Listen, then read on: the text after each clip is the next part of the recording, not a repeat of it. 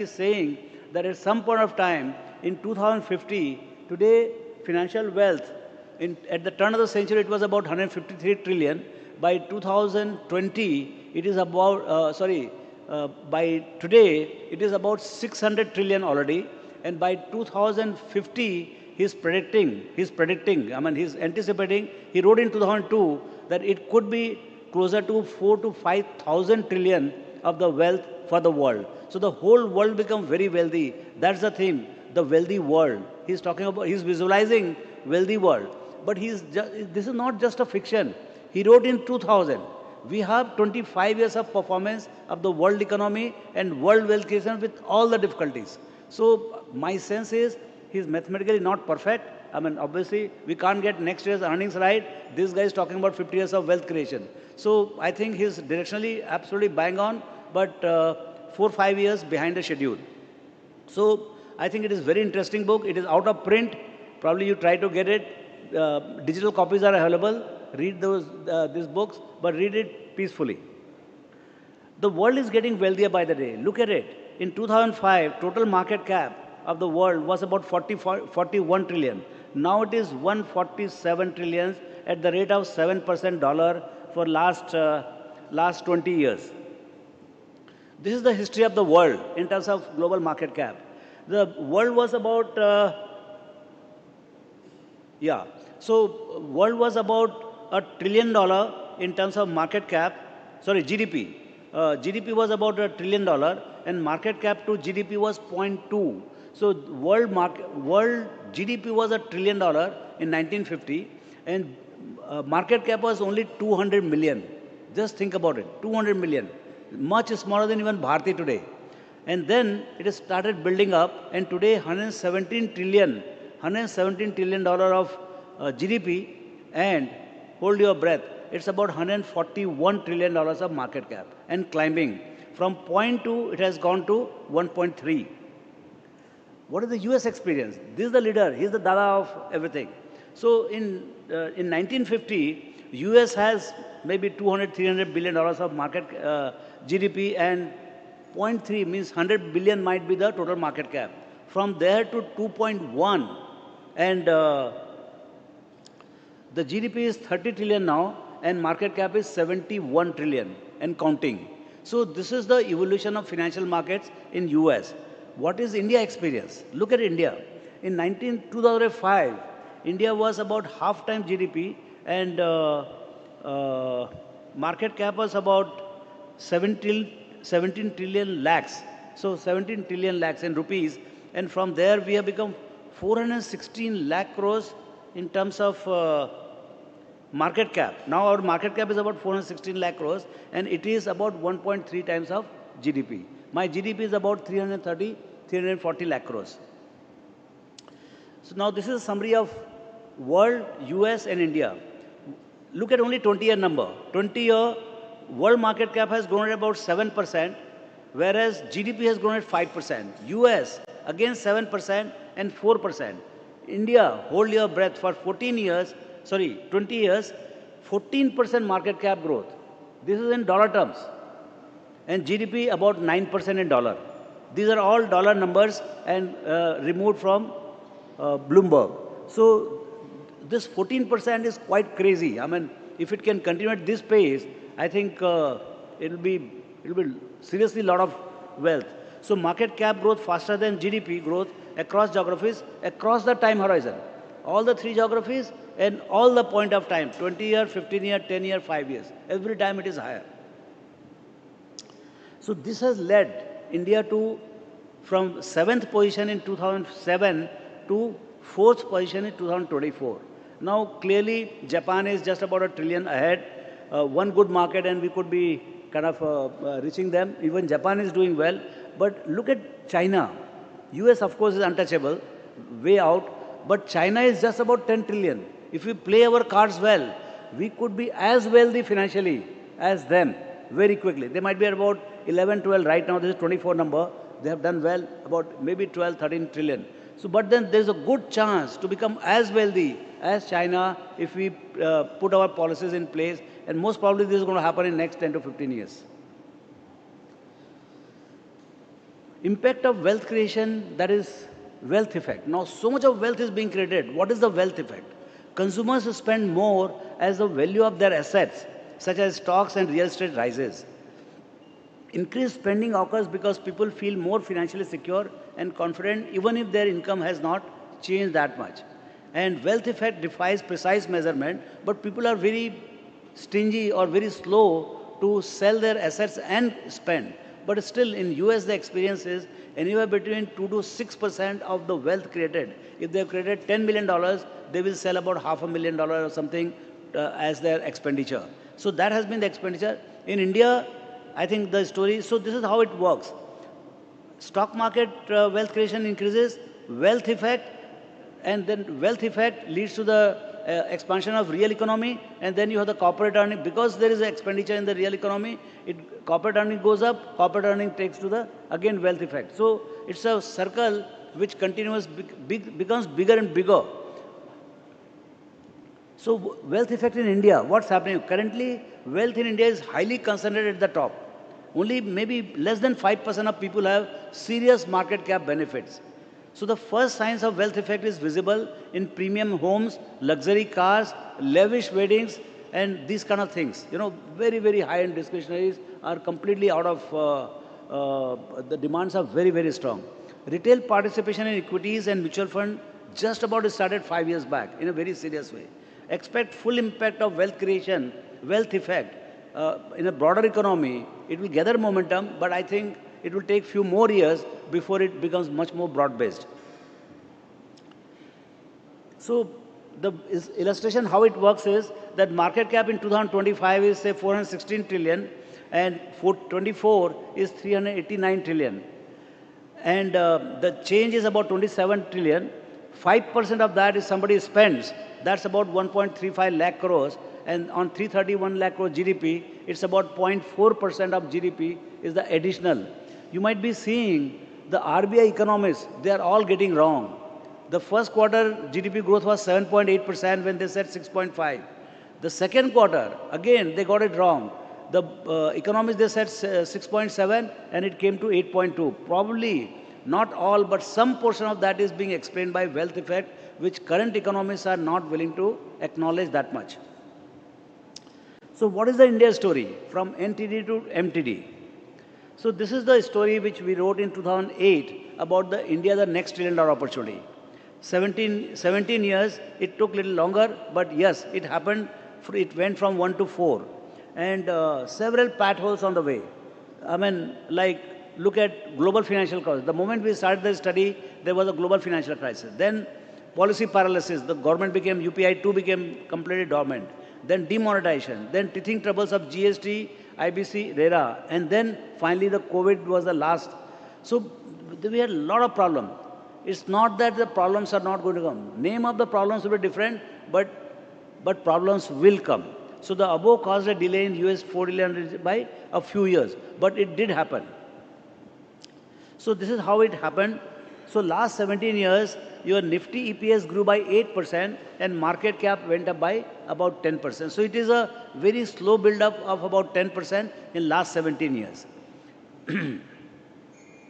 Now, when we move from here, from 4 to 16, in next 17 years, now we are not economists, we don't have any way to say it will be faster or slower. We are saying 17 years it took last time, let it take 17 years more in the next, from 25 to 42. But the delta is not 3 trillion. This time, in the same 17 years, almost on the same population, the delta is $12 trillion. So it is going to have a very different impact in the economy. And that is the core of the study, NTD to MTD. So this is how the saving tsunami.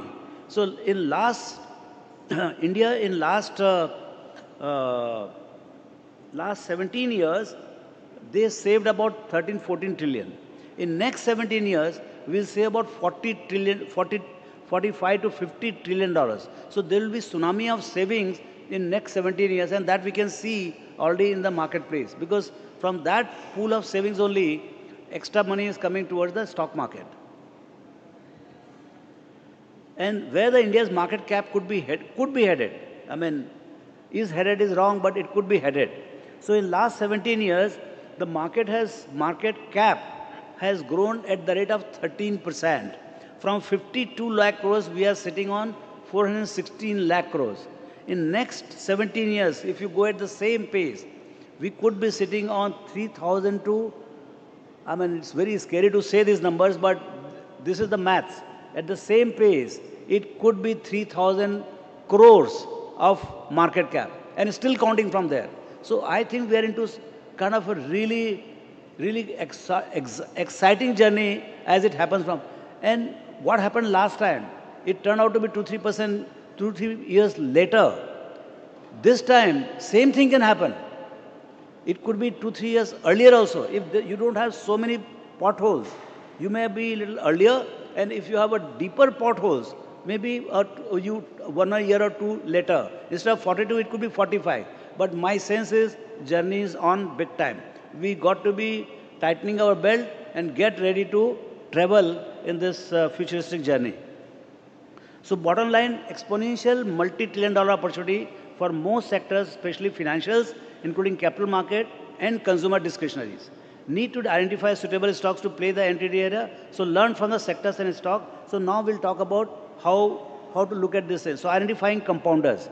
So we said, what is the compounder? I mean, we said to figure out what is going to happen in future, let's look at what happened in the past. So what was our experience of building up companies, sectors and companies between 2008 to 2025. So what are the compounders? What is the definition of multi-baggers over a period of time? And I think there are a lot of practitioners here, Sanjay Bhattacharya, Ramesh Damani, Sunil, they are the guys who really pick compounders in their life. So we'll quiz them in terms of how to pick them. But that's the real fun of coming to the market. You buy something for $100 and then it becomes 1 lakh, 2 lakh rupees in 3, 4, 5, 10 years time. Shares in high quality companies that can be held for an extended period, allowing capital gains to generate further returns by practicing buy and hold. And so that's the compounding. We have looked at the companies which have given more than 15% return over the long period of 17 years. So just for this little busy we have started that base year of 2008 with 500 companies, and we have looked at companies which have given more than 15% return in last 17 years, and we have come across 35 companies. These are the compounders. I mean, there can be, from a small cap, mid cap, you can find some more, but it's just illustrative 35 companies. And which are the companies? I mean, I was fortunate to participate in 2 of them, Bajaj Finance and Eicher Motors. Bajaj Finance has given 39% compounded. Now 39% looks not that great, but 39% for 17 years. Can anybody count how many times it is? 269 times. You bought for a lakh rupees and it is worth 2 crores 70 lakhs and it's still counting. So this is the kind of power of compounding, and the smallest is 3M at about 16%, which is about 12-13 times. So I think a lot of excitement is there. It is much easier to look back and figure out this all happened. But like me, I participated in Bajaj Finance, but in 4-5 years time, I sold out. I bought it about 5,000-6,000 crores market cap and sold out at maybe a lakh crore or something, which is now 6 lakh crores. So that's the way. Eicher, I bought it about, I think, 10-15,000 crores kind of market cap, sold it about 80-85,000. So how do you find multi-baggers or compounders? So what are the characteristics of these compounders? Compounders are few. You're not going to get, like out of 500 companies, you can't get some 200, 250 companies as compounders. So compounders are few. They are rare animals. First, they're just about 7%, 35 companies. Of these 35, 25 are from sectors with tailwind. These companies, they grew much faster than GDP growth rate. Their sales grew much faster than GDP growth rate. 21, 60% are from consumer-facing businesses, all B2C businesses. And 27 companies were market leaders in the base year of 2008. They were the companies which were leading in their own sectors. So, because for a long haul, you must buy only leaders. 28 enjoyed 15, they were inherently profitable also in 2008. And 19 had P multiple lower than Nifty P, which is about 17, 18. And so 19 had a low P, and even other balance companies, they had multiples which were far more reasonable. So how do we identify the winners for the multi-trillion dollar era? Trend in per capita. So let's look at two things. Trend in per capita GDP and sector grouping because of that. So our per capita GDP in this period will go from 2,500, 2,600 to more like 10,000 if everything works as per the expectation. And what happened in China? In China, in 2007 to 11, they grew their GDP at about 21%. Something crazy happened. But during this period, their per capita went from 2,700 to 5,000. So that's the period which is there immediately in India. Now, what really happened there? Cars, they were selling 5 million cars. It went to 10 million cars, and it grew at about 21%. Home refrigerators from 44 to 87 million. Air conditioner from 80 million to 140 million. Home washing machine from 40 to 67. So these kind of explosions are going to happen in various sectors. Motorcycles went flat because people started buying cars. So, but the basic necessities like salt, refined sugar, they start stagnating or they start degrowing or growing at about 1 or 2%. So this is what happened in China. So we have looked at discretionary build-up, and here we have put three categories: autos, capex, consumer-facing, and financials.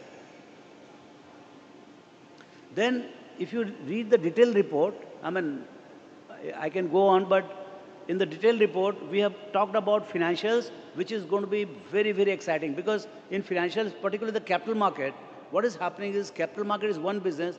Even if you don't spend anything, then also you end up paying out of your AMC fees, wealth management fees.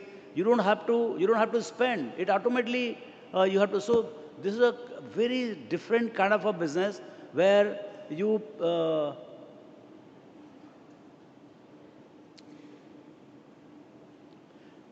this is a cumulative business where your assets, your subscriptions flow, and then it gets accumulated, and the asset management companies, they start making money out of the accumulated asset, and that too on top of on the mark to market also. So that's why worldwide, largest AUM companies are like 50% of US GDP, 12, 13, 14 trillion dollars under single belt in BlackRock and Vanguard and things like that. So financials are going to be very, very interesting in the era of tsunami of savings. Then insurance, two-wheelers, passenger vehicles, realty, healthcare, food tech, and quick commerce. So we have given a lot of slides in the report. It will take a lot of time for me to go through this, but better take a copy and read all of them. Suggested stock picking. So again, we have used the QGRP framework, which we wrote in 2013 about quality, growth, longevity at reasonable price. And so the whole theme is market leaders at defendable valuations. That's the thought process as on today. And this is just a suggestive thing, how to think about picking stocks. We were avoiding, for regulatory reasons, to talk about stocks, but we said let's put best foot forward and put some names so that people can understand how to think about it. So we started with the 500 top market cap company again in 2025, and finally we have built a portfolio of about 30. And this is how it looks. And the moment we wrote this name, Indigo, and then all these troubles happened. So be careful, you know. But still we are not removing. So clearly, I mean, these things are for very long term. They are leaders. They will come back. The whole nation is dependent on them. So a lot of these companies are there. Look at them. A lot of them are popular. But actually, this doesn't stop you from buying companies which are large and unpopular, and also buying companies which are small and growth oriented. That's where you are going to make tons of money. These are the very popular companies. Most likely, some of them will do very well. But the real opportunity outside this thing will be large and popular and small growth companies. And we have talked about sector. Here we are talking about financials, banking and insurance about 20%, capital market another 20%. So we are giving 40% weight here. Auto about 13%, capital goods 10%, healthcare, insurance, realty, airlines, cables, consumers, e-commerce, and telecom. That's how we have put 100% allocation sector-wise. So to conclude, I have come to end to the presentation. Concept of wealth has changed from physical assets to paper assets. Get that in mind very clearly. The world is getting wealthier. इस सब channels में आगे लोग इतना मंदी करते हैं, दिमाग खराब करते हैं सबका. I didn't say your channel. So just the rhythm of wealth creation and rhythm of value creation are different. So there will always be fight. There will be, value creation is very, very compounded, long-term, and price movements are absolutely on a daily basis. So you have to be very, very careful. The world is becoming wealthier and India is becoming wealthier faster. There is no absolute upper limit. ये ध्यान रखना बहुत जरूरी है. There is no absolute upper limit to financial wealth, albeit with potholes on the way. Potholes will come. Please don't take it as given that, yes, we are going to go from here to there. There will be challenges and they will come with different definitions. Last time it was GFC, COVID, this time it will be something else, maybe geopolitics. Already there are so many of troubles. So, but it will come back from there because the machine of securitization, the financial wealth is extremely strong. India's GDP quadrupled to US 4 trillion in the last 17 years. In the next 17, it can quadruple again to USD 16 trillion. In the multi-trillion dollar opportunity, financials, including capital markets and consumer dictionaries, will see explosive expansion as they hit the tipping point one by one. In India, everything we consume, the penetration rates are 10%, 12%, 15%. So all of them, they will start getting what you call consumed. You see today's Nestle interview, the MD is also talking about, they're also become aggressive in India. And the MTD era will see many compounding stocks. And so I think the stock market game will be very, very powerful, very interesting. And inclusion of retail, which is happening for last 5 years, that's one added force to the, in last 17 years, it was not there except for last 3-4 years. But in next 17, it will be in full force. So I have no doubts that in next 17 is going to be far more exciting. It could happen a little earlier, but let's not be more optimistic than whatever has happened. And we'll have a very, very interesting journey with a lot of compounding companies. Thank you very much.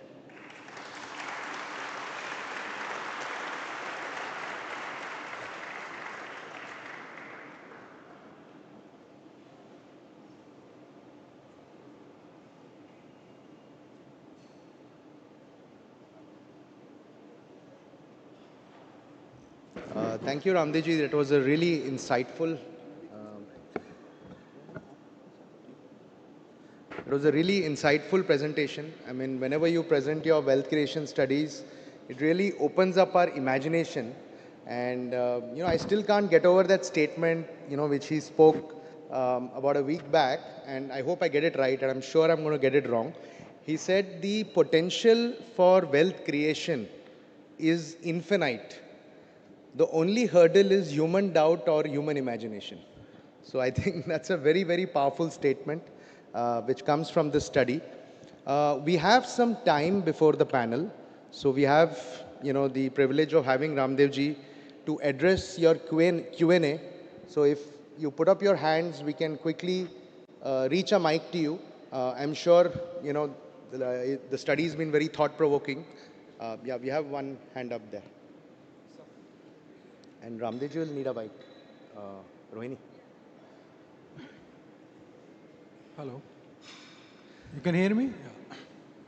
Sir, it was very interesting and very forward-looking. I just wanted to know, you talked about what are the risk factors in this entire journey. If that, broadly could, throw some light on that, that would be also very useful. Thank you. Yeah. Okay. Good question. Actually, I tried to speak so many times. There will be potholes. Like what happened in last 17 years. We had, immediately we rode in 2008 and then after 12 months, GFC happened, global financial crisis. Market crashed by 50%. Then in next year it came back. Then Then the UPA 2 went into policy paralysis for 5 years. Then came the Modi government. They came with a lot of band baza barat, and then we had demonetization after 2 years. Then after that, all this IBC and all, and then finally we got COVID. So these kind of things have happened. Now, those things they break down in the sense that the pace at which the car is going, it hits a bump. So these kind of things will happen. And it could be more severe because now India is far more prominent and the games have become much bigger. And so I would think that many more varieties of potholes will come. When it will come, at what frequency it will come, I have no idea. And most likely it will be not a repeat of whatever has happened in the past. It will be new ones, but there is an infinite number of problems which are there in the dictionary for it to come. Sir, just to take this, good evening, just to take this presentation of yours for last 25 years, I think so there should be a psychologist also here because the biggest risk here is the behavior. And that really tends, to, not making such kind of wealth what you could have created. And that's the biggest risk, I think so. Thank you. So, the whole idea is to open up the minds, first open up my own mind, and then communicate that to others, so that when you are sitting with a compounder, see, you get very few compounders in your portfolio. You cannot read this study and figure out this is the compounder. You have to actually experience compounding, All the practitioners will tell you that you have to experience compounding. And when the compounding starts happening, don't go and break the compounding by booking profits and all. Because it is also said you don't lose anything by selling at profit. And in the process, you kill the compounding. So, you are not going to be lucky to have 20 stocks compounding portfolio. That's not possible. Whatever one or two you get, and these kind of studies, they open up mind. Maybe I may not be able to sit for 15 years, 20 years, 30 years, but at least let me prolong it from 5 to 10. The guys who are selling it in 2-3 years, let them go to 5. The guys who are selling in 5, let them go to 10. Because India's journey is compounded. See, the real insight of this story is that the world is compounded. And India is lucky to be very compounded, and hence the entrepreneurs and companies are also compounded. Hi, sir. Firstly, it's my pleasure to be here. My question is that given the kind of stocks that are entering the listed space, and as you rightly mentioned that we have such a huge penetration opportunity, do you think looking at the valuations with the traditional metrics like P ratios is still relevant, or what is your opinion about it? Thank you. Yeah, see, there are two aspects. One is availability of data about every company is immense. When we started, there was nothing available. In fact, the balance sheet used to come after 18 months. And that it used to be thin. So getting balance sheet itself was a problem. That was the only source of data. Today, you can get balance sheet, and there is absolutely no dearth of data. There are a lot of interviews. There is a screener. There is a quarterly deck of the company. So you are fully provided. In fact, there is too much of data. So that is a change. But opportunities are also many. Economy is growing. Companies are growing. The issue is that are there some useless stuff? Yes. Lots of junk. So you have to be smart in picking up those stocks, having your own thought process, having your own philosophy, how to pick stocks, and then go about doing it. So it has become a little bigger jungle than earlier. Also it was jungle. It was a dark jungle. Today it is bright jungle, but jungle is very big. But sir, I had a follow-up question. How relevant is the Buffett ratio now? Because he talks about market cap to GDP, and generally, above 1 time, he starts getting a little cautious. But with most companies going multinational, should the range be revised upwards, or? Yeah, clearly, this book clearly breaks that particular glass ceiling.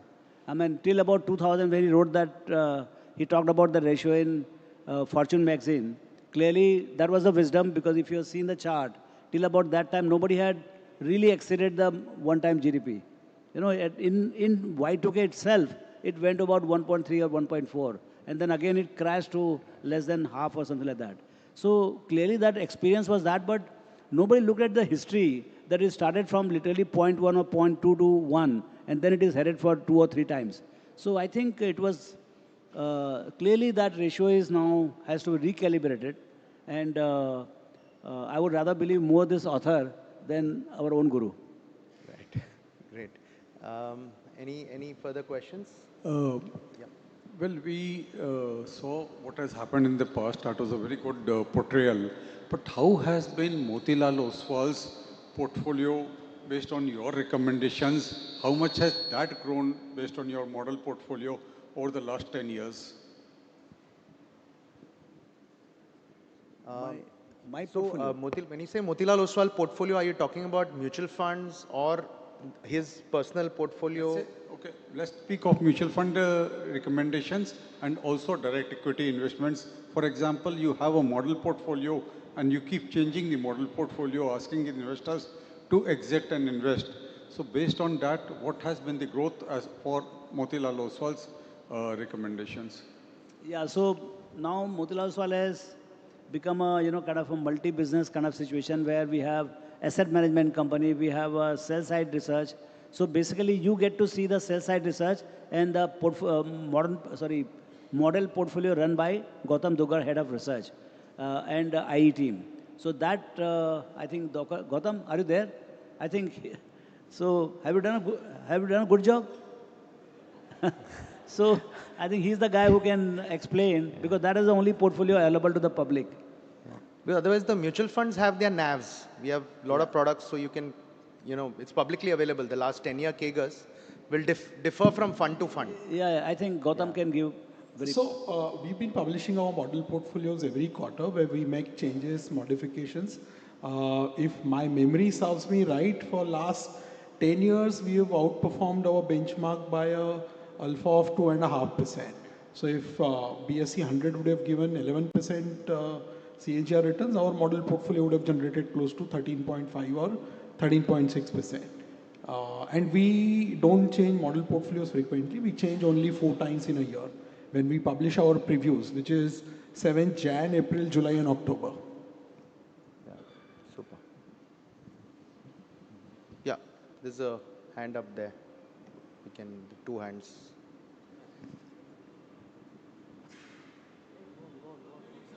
Yeah, please. No, I think You're you getting wait the for mic there. Not over. Good evening. Good evening. Sir, my question is, I have a PMS in Motilal Oswal also, and I am doing investment in mutual fund. And myself, I am an individual investor, trader also. So, lot of time I see market don't respect the earning, like current phase 1 year. And in your portfolio also, I see there are few companies where earnings are negative. There is haywire in earning in next 18 month or 24 month also. Recently, you have added Ola Electric also. It is in your small cap and large cap fund. So as an individual investor, I have a limited restrictions also to meet the management. So, but can, as an individual investor, we should bet with such kind of opportunity where, we don't have a foreseen, but okay, by luck we can bet, like you bet in Zomato when there was a, negative earning. But after that, Zomato is right now is multi-bagger also for you. And still you are holding in your portfolio, eternal. So sometime as an individual investor, I also confused, should I park my entire money with the AMC, PMS, or I should, have limited individual investor mentality, like I should go with the EV, beta, earning, P ratio, quarterly result and all. So this confusion always create in my mind. So last year, I am running such kind of confusion in my mind, whether I should sell my investment. Lot of companies are available at dead cheap rate, or I should go with the PMS only. Yeah. So good question. Actually, this is a practical question. See, first thing is, let's break it in 2 parts. One is when you are picking stocks, and one when somebody else is managing the portfolio, that is the mutual fund guys. So mutual fund guys, they have full time, they're professionals, companies come here, analysts are there. So all kinds of facilities are there which is required to pick stocks and hold on to them. And so it's a full-time work. And when we started our career in 80s, there were no mutual funds. So we had to necessarily learn picking stocks. Now you are a doctor, you are an engineer, you are professional, you are full-time busy in something else. You should be whatever businessman you are. So you don't have enough time to take care of the, what do you call it, stock picking. So you don't have to actually bother so much about figuring out EV, EBITDA and all that. It's a very complex thing. So if you're very passionate about it, it's your hobby, then obviously 10-15% of your portfolio you can try with the individual stocks, and rest all you can give to the professional. But if by chance you're so good at it, your God has gifted you, despite you spend only 10% of time, but you beat them hands down, then obviously you must leave your profession and get into this only. Because then here you're so good, you can manage lakhs of crores. We will hire you or we'll do partnership with you. Yeah. Raamdeo sir, thank you so much for sharing these insights. You shared a lot of stories about companies which have created like 100x, 200x growth in like 15, 17 years. My only problem is I am 28 years old. I have a grand total of 7 years of experience. How do young people like me think of holding and investing in companies for like 15, 20 years? So, yeah, a good question. I think I spoke to you yesterday, isn't it? No.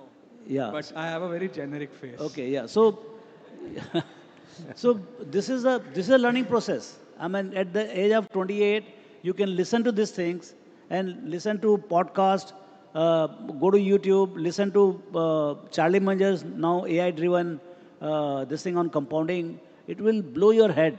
So if you listen to them, you listen to read this study, and after that you get it, you get it. If you don't get it, nothing can be done about it. So early, I learned, see, I started in stock market in 85. But in 91, Chandrakant Sampath, late Mr. Chandrakant Sampath, he explained me what is power of compounding. I mean, earlier I used to know EPS and earnings. That's EPS and PE, only two ratios I was knowing. I didn't know growth. And how does the growth, the compounding works for the growth in the valuation of companies. This was in 91. He explained to me, and I got it in a second. And once I got it, I never left it. So whether you get what it means to be compounding wealth, I mean, all these stories we are building it up. So it is on that. I mean, it is about the temperament. It is about the character. Maybe ask these guys what it takes to become a compounder, because they have practiced. I have busy compounding Motilal Oswal itself rather than so much in stock picking. But it's a way of life. It's about thinking. It's about how matured you are in thinking and holding the stocks while you are the patience you bring. You know, it's not about the brilliance. It is about the character of patience which you bring on the table. You learn. I mean, it is very difficult at the early stage, but as you go along, you will see one or two companies which are holding for 10, 15 years, they will create tons of money. Thank you so much, sir.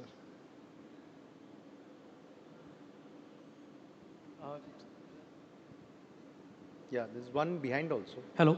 There are some hands sir. behind it. Yeah, after this. Hello, sir. Yeah. Sir, what are your views on sectors which are duopolies or monopolies, higher concentration with the bigger players? So, in a lot of sectors, if I can mention like IEX, there were government regulations which tried to break that monopoly. Yeah. So, what's your view on such sectors? There are still a few sectors left where there are concentrations with smaller players, with bigger players. That's the nature of the beast. As the economy becomes bigger, businesses become bigger, and they start dominating. Regulators will come, government will come. Like in aviation, which happened, 65% market share for Indigo. So government has to figure out how to go about building other airlines, which will be bigger than, or as big, at least 30-40% market. So I think everywhere government's job is to see that there is enough competition. Like against NSE, they have created BSE. So they will do it. So I think, but then the strength of franchise, strength of IEX, is strength of the concept of exchange, the monopolistic nature, and unbreakability. If by chance it breaks, then it's not a truly exchange. So I think even government is not interested in breaking them. Of course, it will slow down for some time. So you have to be careful how much you allocate in them. You know, you should not become 70-80% in one stock. So that's where the free benefit of diversification come. But these are the great businesses and compounders. and they can become very large. I'm not referring to only IEX. I'm talking about any exchange business, whether it is MCX, NSE, BSE. All these have a very monopolistic kind of a situation, asset light, growing. So you have to have in your portfolio. How much? That's your call. Yeah, there's some hands at the back. If we can get a mic I got there. a question, sir. Sir, why are we not discussing the parallel economy, the black economy? The black economy is giving us uh, awkward nights, especially in Gujarat. So is it going to taper down the black economy? The Yeah, parallel, so the cash economy. There's a lot of cash moving around in the Yeah, system. I understand, but this is not a subject matter of the evening. We can probably discuss after the event. Okay. Yeah. Yes. Yeah, at the back. Who has got the mic? There.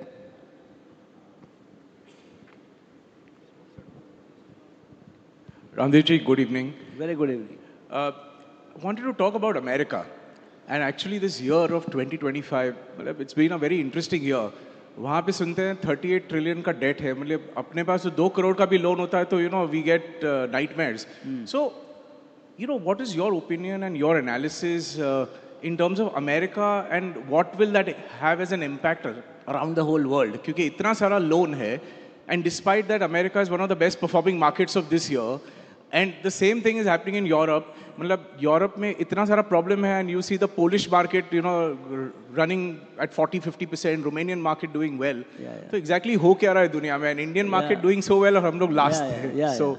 So good thing is that in investing you don't have to worry about very tough questions. It's not a CA exam where you have to attempt questions. So here you don't have to bother about these questions. They are very complex, and just what you don't understand, don't bother about it. I at least don't bother about it. I also hear the same things. I also get scared. So the best बहुत is... डर लगता है. I mean, $38 trillion, मतलब क्या होगा? How will they repay this money? अरे आपको चिंता करने की जरूरत नहीं, वो लोग पे करेंगे. आपको क्या टेंशन है? Namaste, sir. हाँ जी. Hello. Yes. Very good evening, sir. I'm here. Yeah, please. Yes, I'm Rahul. I'm the founder of GetWork. So we are a recruitment tech company and helping companies to recruit. So this presentation was amazing. So how we as a founder should be placing our bets? Like, we are into the recruitment space. So there are two parts to this question. Like, are there some special bets with the sector wise that we should be placing? And the second part, as you said, that the wealth is going to grow much more faster than an income does.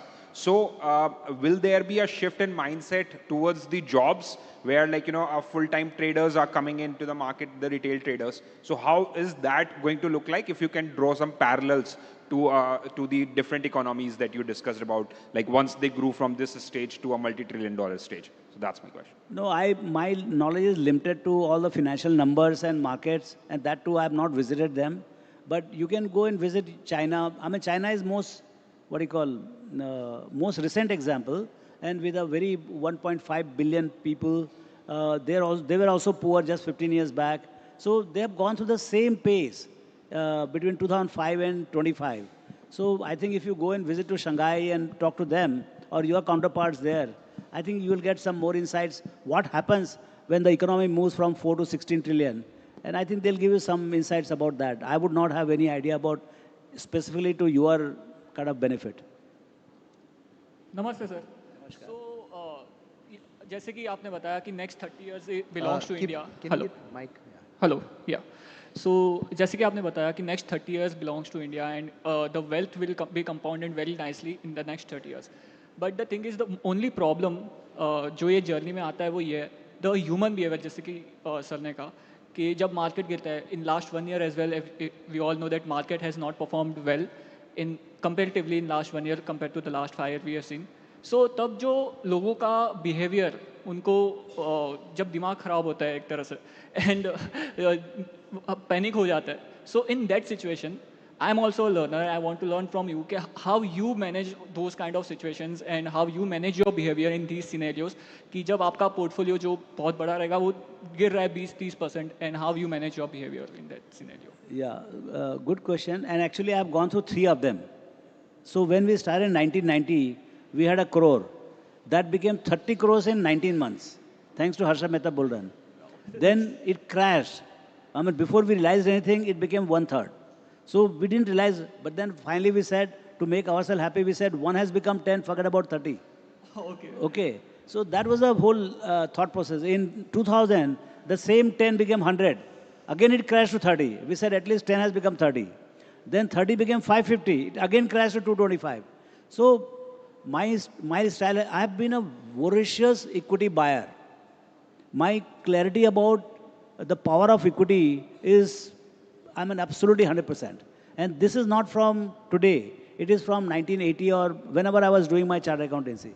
So that conviction that equities create wealth, and particularly if you have a growing, well-managed companies, they will create wealth. At what pace, that depends, but it will create wealth. So that allows me to go through these downturns and sit through. I don't do anything. I don't sell because we have missed the bus of selling at the top. So obviously, you have to just keep seeing everybody declining to by 40, 50, 60%.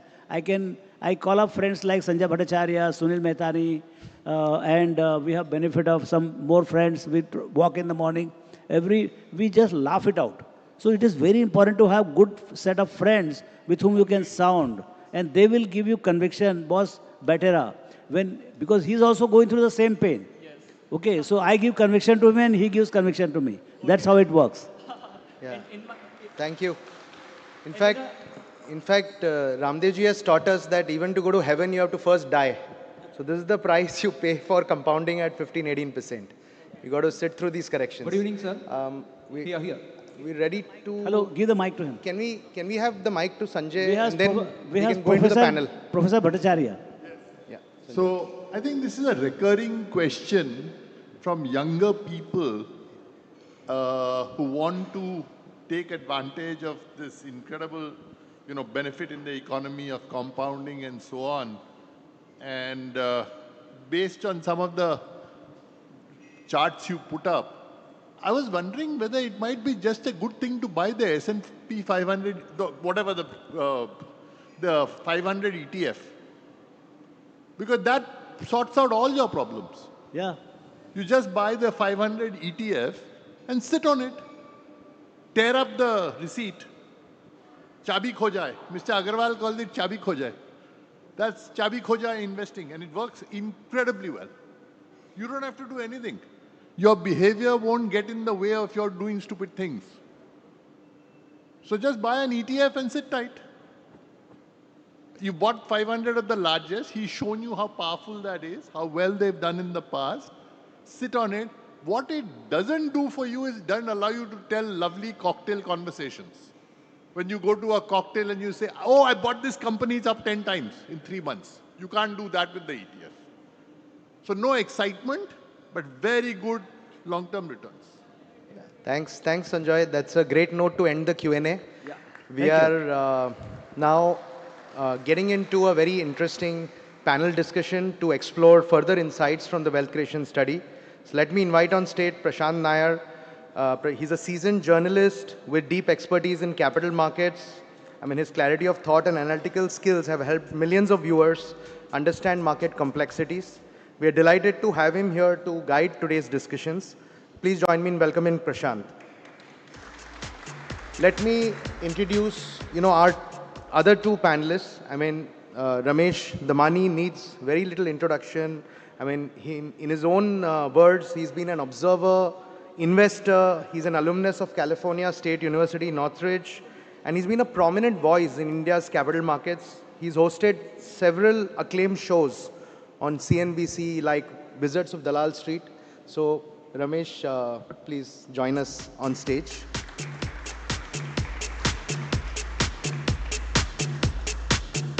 Our second panelist, Mr. Sunil Mehtani, he's been our well-wisher for years, and thanks to him, we get to the Berkshire conference every year. He hosts us there, but he's basically an investor, portfolio manager based in Westport, Connecticut. He's been born and raised in Mumbai. He's an alumnus of Harvard Business School, and he's been living and investing in the US since 1985. And again, his investment style has been inspired by the Buffett style of investing. And he's also, influenced in terms of views our style of investing, which is QGLP. So really delighted to have you as part of the panel, Sunil.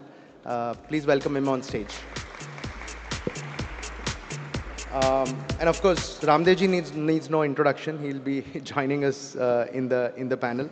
And he's just presented his 30th wealth creation study. Congratulations to him. And really looking forward to this panel. So Prashant, over to you. Thanks very much for that. I hope all of you can hear me clearly. I think we're just waiting. Mr. Agrawal has just made a quick run to the bathroom. Should be back soon. We're also, by the way, live on this panel discussion. One of the things what has happened is, of course, Raamdeoji took a lot of questions, which means that we can maybe ask our guests all the questions. And of course, we'll try and open it up if you have questions for Mr. Damani or Mr. Matani later. But one downside of all the Q&A has been some of the questions I wanted to ask has been asked. But that's okay. Par for the course. We'll have Mr. Agrawal in just a bit here.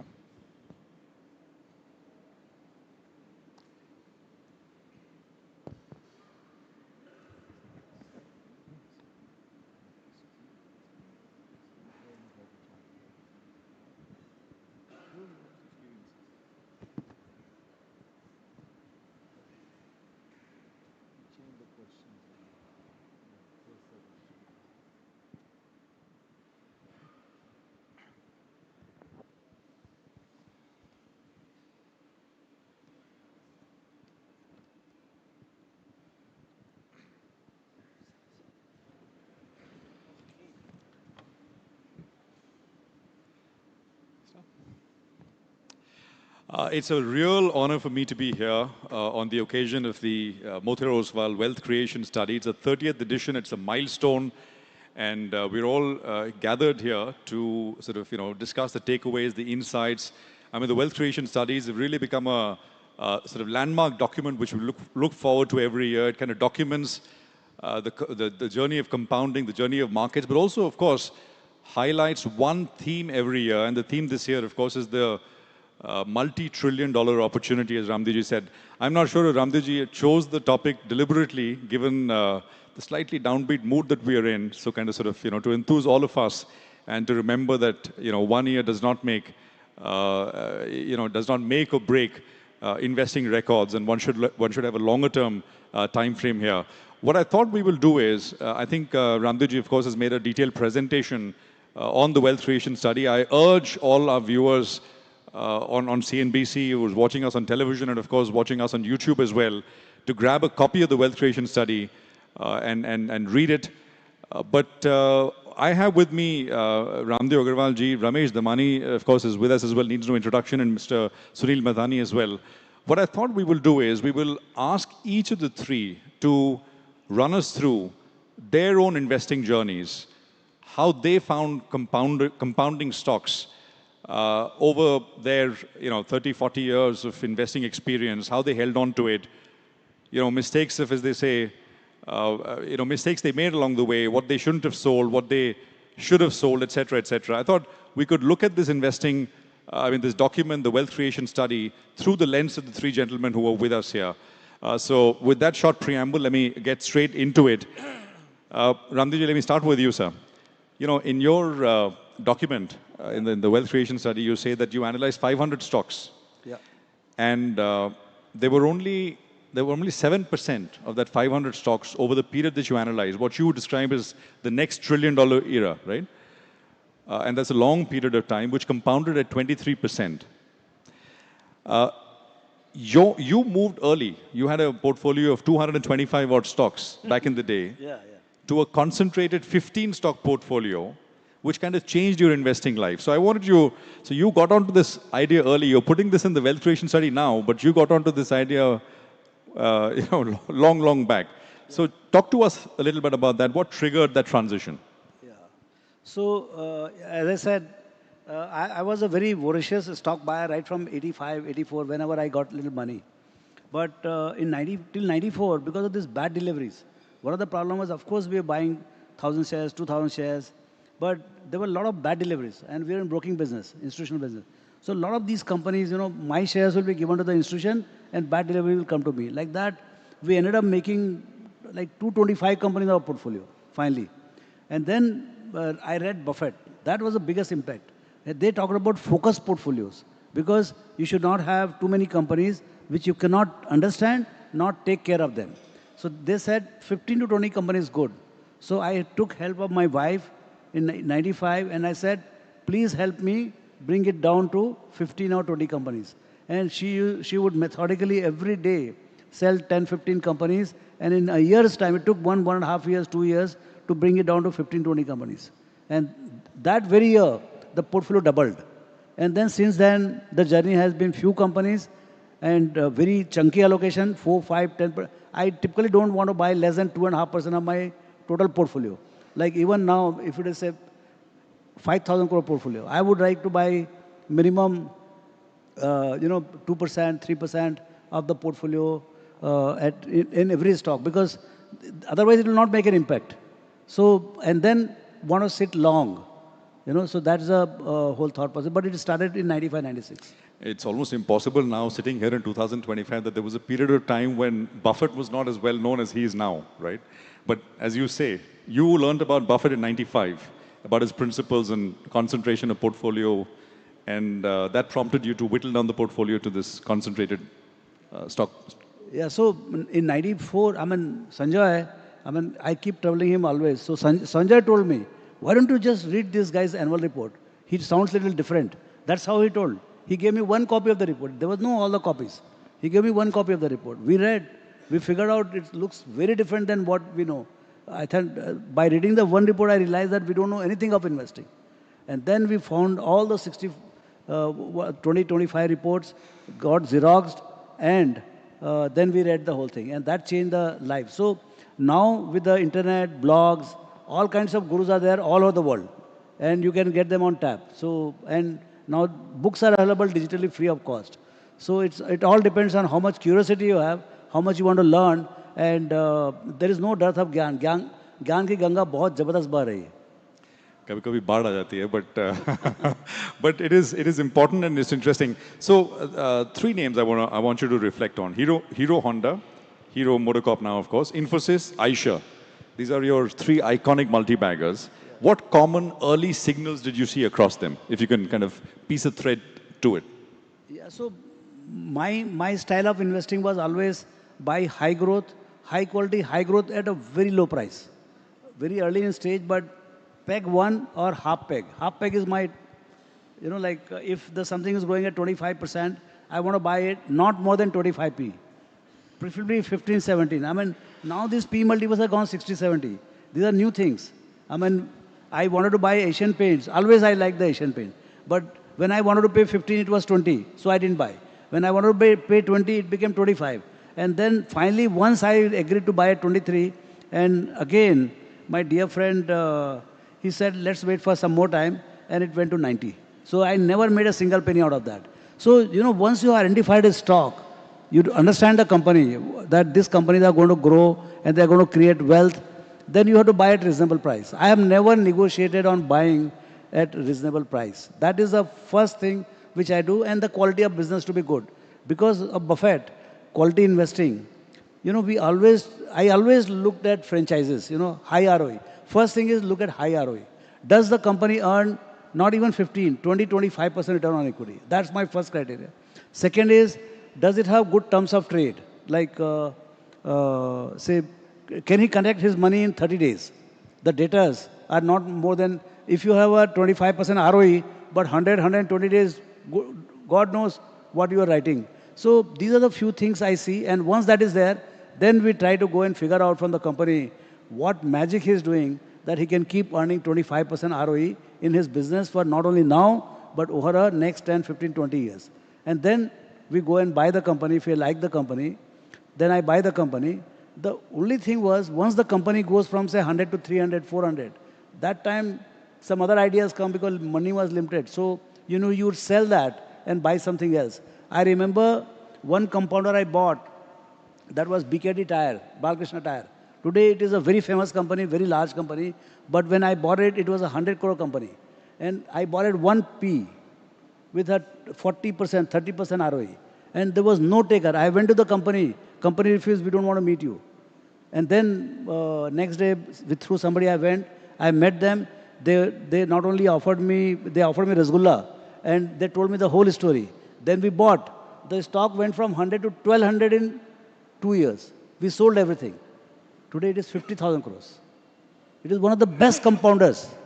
But the issue is that, do you understand power of compounding? What can happen? So I think we were kid or whatever. I mean, we didn't. But there are a lot of stories, and many more stories are going to happen. That is a beauty of this market. Absolutely. Mr. Damani, you've spoken about publicly as well, about being early into Infosys, buying Infosys early.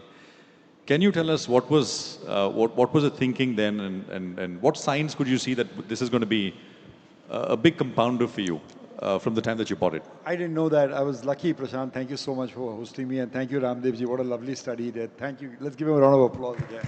I really enjoyed this study. I think it's probably one of his best studies that I've seen so far. I think I came, Prashant, when the cement boom was going on in India in the 90s. And even my jobber knew the price of cement in Raipur and Bhopal and Coimbatore, and I didn't. And I was an MBA from America, so it was pretty embarrassing for me. But luckily, I used to work in the technology industry in America, so I understood technology in India. And most people in India want plant and machinery and, you know, fixed asset base. I understood intellectual property, understood the value arbitrage. So we happened to buy a little bit of Infosys at that time, and that turned out good. I think the journey of compounding started a bit later than that. That was my first lucky foray, which made me a lot of money. But I think the understanding came much later. But to add to a point, when were you introduced to Buffett? I always find that very fascinating because we all are Buffett fans. Raamdeo said 95. In 1977, I went as an MBA student to America to study from MBA. I'm actually old guy, so I went in 1977. And most people going to Los Angeles in those years would tell the local hosts, take me to Disneyland, take me to Hollywood Walk of Fame, take me to, you know, the tech industry, whatever. I remember telling my sister to drive me to the See's Candy store. There was one See's Candy store in that area, and there was one Walmart in that area at that time in 77. So obviously I'd heard about Buffett. I don't know how, but even when I was 20 years old, I'd heard about Buffett. But it took me until maybe 85, 87 to kind of understand that this guy was actually something extraordinary that he was doing. This is 77 when you kind of... 1977, wow. yes. And he kind of migrated away from what he used to call cigar butt approach to kind of buying high quality stuff? Yeah, that had already happened? I mean... No, it happened much later. He bought Cap Cities in 1985. Right. And I know some uncles that bought Berkshire Hathaway stock, and they told me they bought Berkshire Hathaway. But in the 87 crash, they had sold it. Right. And then they were very happy because it had gone down from $3,000 to $2,500. And today, of course, it's some other number, so let's not discuss that pain. But I want to make this point and ask you and the rest of the audience. When I was a student in America, the price of Berkshire in 1977, I checked it afterwards, it was $75 a share. So 1,000 shares would have cost me $75,000 to buy in 1977. Can anyone tell me what that investment of $77,000 in 1977, $75,000, is worth today? And please don't use your smartphones. Just raise your hand. What do you think or it's worth ChatGPT. today? No, don't put ChatGPT on it. Just anyone raise your hands and tell me that if I had made $75,000 investment in Berkshire and gone and sat at the beach, played the craps table in Las Vegas, or bummed around the world, what would I be worth today? Yeah, you know you're a cheater. He knows, of course. He's a Buffettite too. See, the fact of the matter is that the stock is at $750,000, and that $75,000 has become 750 million USD. 750 million USD. That's about 250 million short of $1 billion for doing nothing. That's the power of compounding. But there's a corollary to that the longevity of the compounding is what makes you money. So while Buffett's stock has gone up at 20% compounded for 45 years, the 45 years of compounding has made it into 750 million. Mr. Damani, when did you finally grasp this idea about compounding and the power of it? Was it? As you know, surprisingly, his and mine journey have been the same. As Chandrakant Sampath explained to him compounding, he explained to me, imagine a guy who probably didn't pass college in India, explaining to MBAs and owner Motilal Oswal what compounding is and what it does. He used to come to my office and he'd like to have a cup of coffee. and I would give him a cup of coffee. Then he would explain to me how this company will compound, how Lever will compound, how Colgate will compound. And it seemed bizarre to me. He would tell me that, and he would tell me, Ramesh, you're very young. Avoid depreciating assets, buy appreciating assets. You know, I never kind of understood that till many years later. So it was a slow burn, if you will. I wish I'd learned it at 77. I didn't. But probably around the same time, Raamdeo kind of understood Buffett. I started understanding Buffett. Mr. Damani, let me ask you this. I mean, it's a much abused word, but multi-bagger, best, I mean, you know, great compounder in your career, best captures the power of staying invested through cycles? I mean, there are a lot of stocks. India has given us such a great opportunity. Sometimes I feel like hitting fish in a barrel because there's so many multi-baggers and compounders. It's actually unbelievable how many multi-baggers you got. But the one that I think that people don't know and I think they should study, in fact, I would urge Raamdeo to do a special study on that because it's created that kind of wealth, is a company we bought in 96, 97 called Bharat Electronics. I bought it after it IPO'd at 40 bucks. It went to 20 bucks. At 40 bucks, it had a 5% yield. At 40 bucks, it had a 5% yield out there. I think, if I'm not mistaken, if you bought 100 shares, I think they're worth 25,000 shares today by splits, bonuses, whatever. And at 400 rupee price, that's about 1 crore worth of investment. It's about 28, 30% compounded over long periods of time. And to address a more fundamental question, Prashant, people often say, oh, gold has been in the Sensex and all this kind of nonsense I keep hearing from people. Now, here's the fact of the matter, that when you buy a securitized asset, as Raamdeo has pointed on this study, not only do you get the splits and bonuses, but you also get dividends. So if you had bought an ounce of gold in 1980 at $1,000, today it's $4,000. All you got is the price appreciation in the gold. If you bought Bharat Electronics or HDFC Bank or Reddy's or Apollo Tyres or whichever stock there, the splits bonuses would have increased your value dramatically. The P ratio would have inflated your wealth. And the dividends would have added extra 2-3 percentage points of return. So I think people conveniently tend to forget that. I think over 150 years, I think gold's given 3%, equity is given 11-12% without dividends. So you know where you should put your money. No, absolutely. And I think that's very, very well put. Mr. Matani, you're a Buffett fan, and but you're also a US market investor, right? I mean, you've been investing for a long time. Right.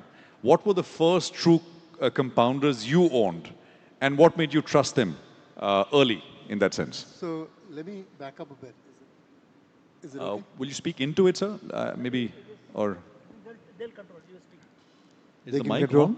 Okay. Yes. So, yeah, just backing up. So I went to the US in the early 80s and first heard about Buffett in the mid 80s. Raamdeo, I think you said 95? So I had a big lead over him. In 1987, there was a book that came out called The Midas Touch, which is the first biography. And when I read that, I was completely hooked. And the first time I went to Omaha for a Berkshire meeting was in 1994. Wow. And I met Raamdeo soon after that. And I think 1999 is when he first went. And I've been going there with him every year since. I follow him to carry his suitcases. But so I discovered Buffett before he did. And I went to a Berkshire meeting before he did. Somehow he's become a multi-billionaire. And I'm still sitting here. So there's, obviously something off here. But the learnings have become very clear over time as to what the approach is. One of the things that Buffett repeats almost every year is the confidence he has in America. And he says he'd always bet on America, he'd never bet against it. I think that if he was sitting here today, seeing what Raamdeo has been talking about and understanding the facts, he would probably be betting on India. And I think that's it's a great place to be right now, because the US's best days, I think, are behind it. It'll still grow, it'll still do fine, but not the way India will.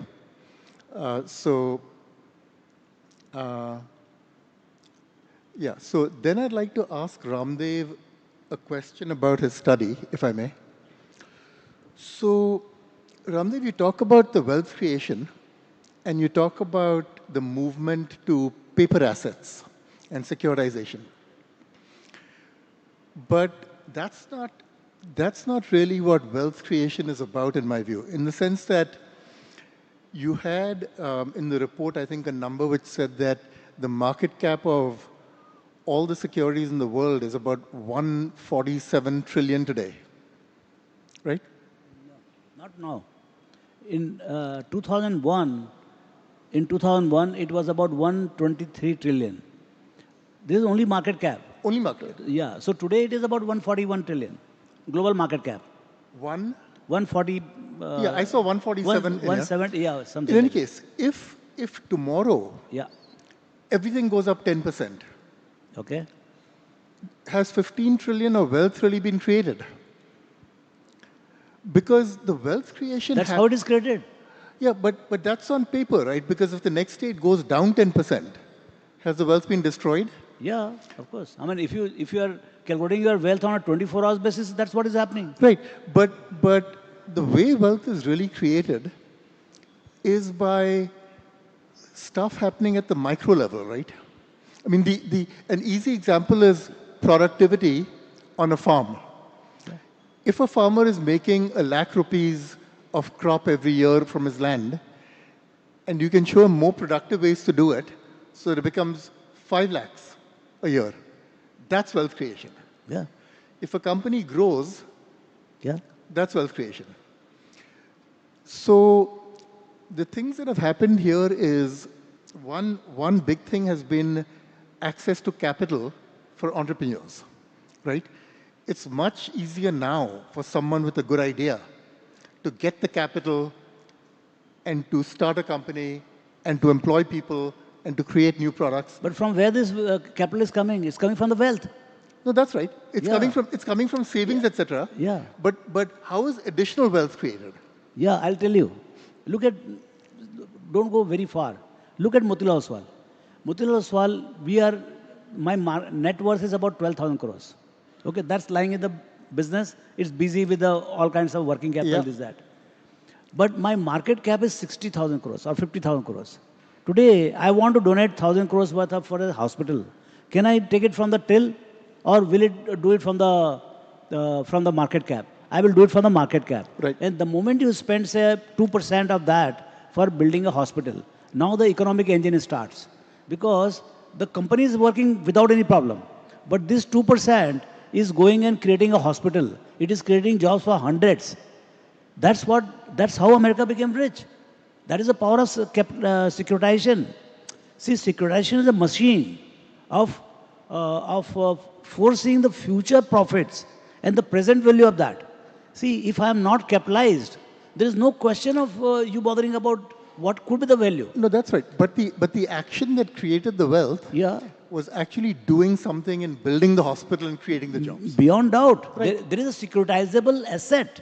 Right. So if the world over, there are assets which can be securitized. These roads can be securitized. The companies can be securitized. The issue is like in US, now USSR, there is no securitization. The whole economy is one of the largest economy in the world. There is no securitization. That machine is gone, shut. Yeah, but all of that is a tool for creating the wealth, right? Gentlemen, if I can... it's not the wealth itself. Yeah, so I have 3 pages worth of questions. If I can... Please, yeah. get this, it's a fascinating discussion. I think, Mr. Madani, you make a valid point. And maybe we, towards the end of it, come back to it. Okay, now we kind of talked about how all of you found your first compounders and what was the common thread.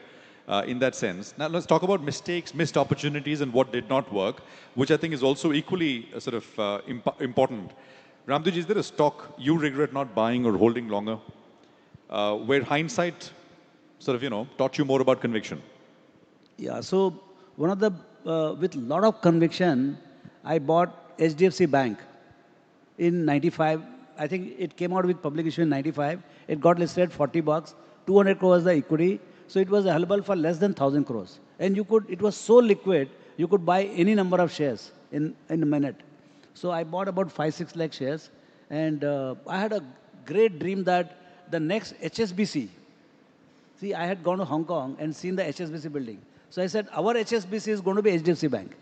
So that was my thought process, and I read the book Value Migration.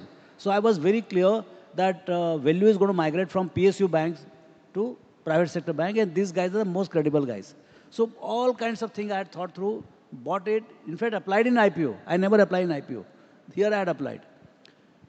So I bought at 40 bucks, and at about 52, 53, I got a inside information or classified information, not inside, but some right information I got that NetWest, which was the partner of HDFC Bank, is breaking out, breaking up.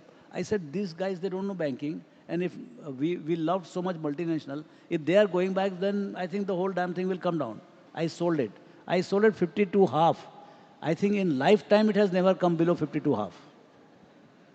Okay? It took me another 6 years to get back to making money out of, HDFC Bank. But by that time, it was already up 20, 30x. So that's how you... But what's the learning from this? I mean, learning is that you should stay with your conviction. No, but did you have conviction at that point? Because... I bought 5 lakh shares. I mean, you can imagine 5 lakh shares is a lot of money for me at that point of time. Right. So I had a lot of conviction. I had thought through everything. I read the book. What more you want? But the issue is that we didn't have this understanding of compounding that deeply. We didn't have experience. Money was limited. Loss-bearing capacity was limited. I thought I will seriously lose money, and hence let's run away.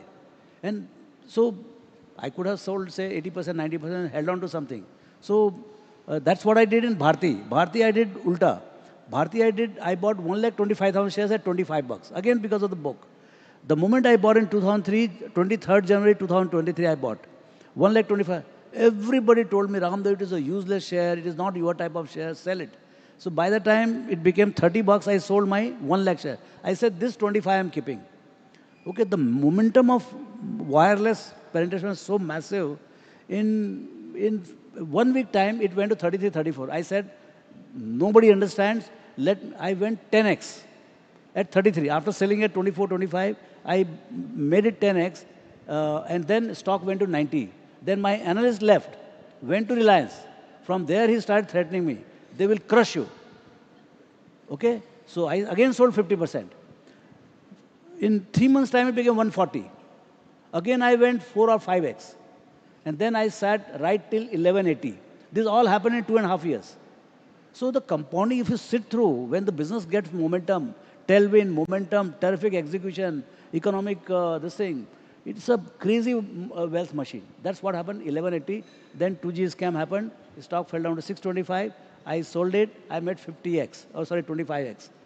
And so, but then today, Bharti is again, after 10, 12 years, is the largest wealth creator. In that, yeah. Yeah, but I didn't sit through. Yeah. So I'm not entitled to that. Mr. Damani, same question to you, sir. Something that you wished that you had bought or you owned it at one point, you sold out early, and then you look back in hindsight, you say, well, that was the wrong thing to do. Yeah, Prashant, I have enough thumb-sucking experience to describe. And I think the one that Raamdeo got and I missed, which is no excuse because it's in my circle of competence, it was in my backyard, it was with people who ran the company who I greatly admired, and yet for some reason I was sucking my thumb when Bajaj Finance got listed. I mean, it's just something that I really tell. There's an error of omission, what do you call it? You know, nobody questions me because I'm a prop investor, but I know the hurt of missing a stock like Bajaj Finance. I don't mind missing a Reddy or missing Apollo because those are not my circle of competence. But to miss a Bajaj Finance was extraordinarily stupid of me. In my backyard in Pune, I go there like 3 times a month. You know, I could go and visit any time. I made a mistake there. I rectified the mistake during the COVID. I bought some there. But it was a different feel. I should have been at the get-go there. But why didn't you? I mean, I just missed it for whatever reason. Complacency, didn't do my homework. The fault all is with me, nobody else. I mean, I just didn't do my work. I should have done the work out there. You know, for whatever reason, I was, you know, busy trying to make 10% gain, 20% gain, and miss the multi-bagger opportunity of a lifetime. Till today, it still rankles me. Thanks for sharing, Mr. Damani. Anything you bought and you sold out, which you wish you did not? I mean, I'm sure there are many, but any one kind of... I mean, I tell you one thing. During COVID lows, I'll give you a good interesting example of how this thing works. I had bought a stock at 20 rupees a share in 93. The right issue had come at 20, I had applied for the right, I bought it at 20 rupees a share.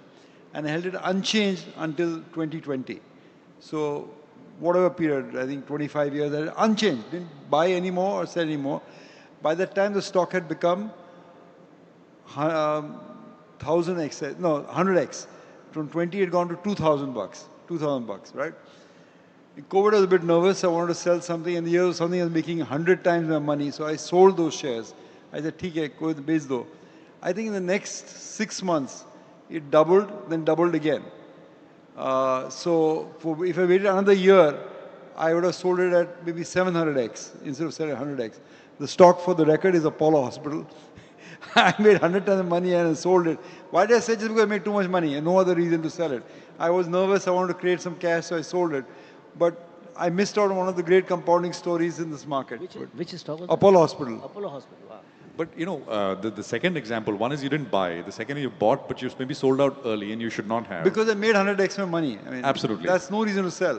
Absolutely. But I mean, maybe the silver lining is that directionally your thought process was correct. You didn't capture the entire I mean, you know, you buy something and it goes down, then you start to doubt yourself. Here you made 100x, you should have made a lot more. You can't make those kind of mistakes.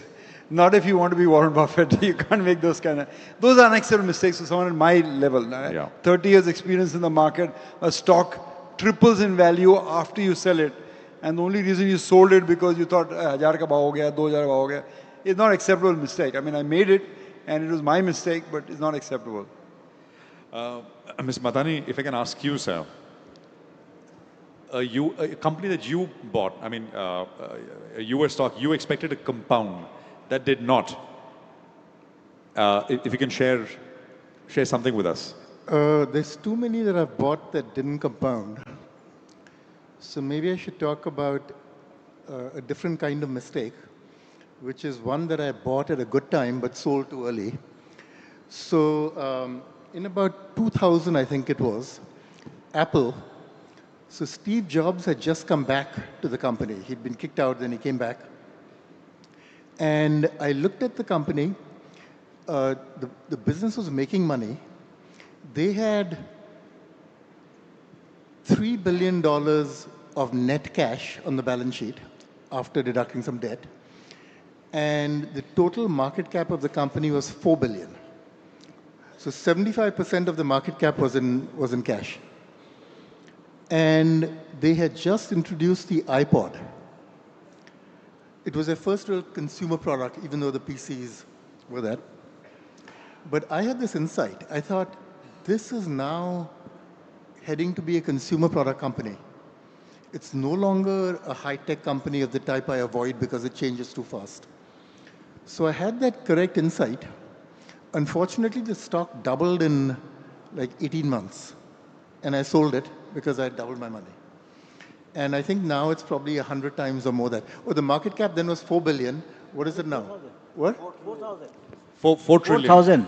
4 trillion. I don't know how much capital, you know, they've been buying back stock in recent years, but it might have been 1,000 times.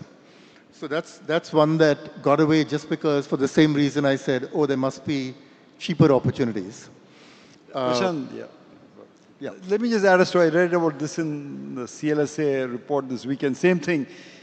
When the Macintosh came out, you could have bought a Macintosh for $2,500 in 1985 or something like that. And you could have bought the Macintosh and it's probably worth zero today. Or you could have bought $2,500 worth of Apple stock. That's worth $5 million today. So again, a good lesson in buying appreciating assets and not necessarily depreciating assets. Absolutely. But, you know, that experience in year 2000, right? I mean, the opportunity in Apple, I guess, started to crystallize when the iPhone came out. That was much later, about, I think, 2008, 2009, approximately. In the year 2000, I mean, it was basically just numbers. You had all this cash the company had. There was this shift which was happening. So did you have enough information to kind of hold on to or not really? Well, I think that was part of it, which is, so the stock went from 4 billion to 8 billion, which means that the 1 billion valuation the business had gone to 5 billion. And that's what I focused on, instead of what's the potential of this business, which I should have seen then in looking back. And hindsight is easy, but that's what it was. Let me give you one more example. Please. Of one that I didn't buy, even though at the time, it seemed to me a very cheap stock. And this was in 1989. I was visiting India from the US, and I came across HTFC for the first time. And HTFC then was trading at less than 200 rupees a share, like 190. The dividend, I think, was 18 rupees or something, and it was making 65 rupees a share, 3 times earnings. It was 100 rupees share. Stock was 190, earning 65 rupees, paying 18 rupee dividend, so you have almost a 10% yield, 3 times. So I remember talking to my friend Sanjoy Bhattacharya, who's sitting right there, and saying, what am I missing here? This is too cheap. Oh, and it had been growing 25% a year and making 25% type ROE. And I said, what am I missing here? And he said, they don't do stock splits, bonuses, and it's not sexy. And that's the reason. But he said it's a good company. Okay, then I met with Deepak Parekh, who was a neighbor of mine. And he said, I asked him the same questions. He said, yeah, you're right, it's too cheap, it should be 5 times earnings. Even Deepak Parekh thought it should be 5 times earnings. So I actually, I had no money in India, but I told my dad, buy some of this, it's going to be good. He didn't buy it. I think a year later, I still was telling him to buy it, he didn't buy it. Anyway, I don't know what it's done since then, but it must be 1,000 bagger or something. 6,000 bagger. 6,000 bagger. Wow. So instead of spending money on a plane ticket, I should have just bought that stock.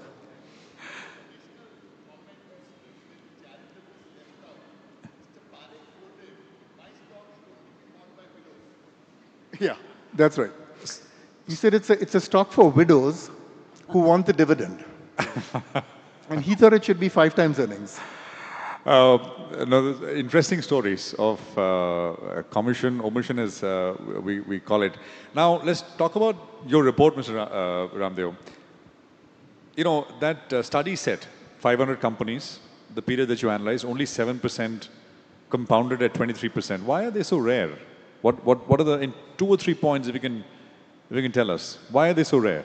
Yeah, one is that it is minimum 15% kind of a growth rate between 8 and 15. So a lot of companies which are expensive to start with, they would not make it, And second is that in this 35, there's one more condition that it should beat the market in both the segments of 1 to 2 and 2 to 4.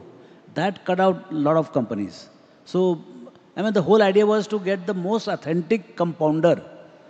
So when you get, like every year, every 5-7 years, if the stock is not compounding, typically you don't stay with that. So then it's not authentic compounder. So, but these 35 companies, they have compounded in both the segments. So I think every single filter you put in this kind of thing, they keep cutting down the number of stocks. Which of the, you say ROEs, tailwinds, leadership, and many more. Yeah. As you stand with your experience and, everything you've done, what factor ranks the highest? Yeah, so the leadership. Because to finish first you have to finish. So if you want to do the journey of 4 to 16, and in 42 you want to be surviving, you make sure the businesses will be there. But businesses, the last to die, if at all it is failure, will be the leader. And the maximum people make, in fact, what happens is the leader company in this kind of situation, they're always expensive. They will always look expensive. If you think there is going to be boom in cement, don't apply your head, go and buy Ultratech.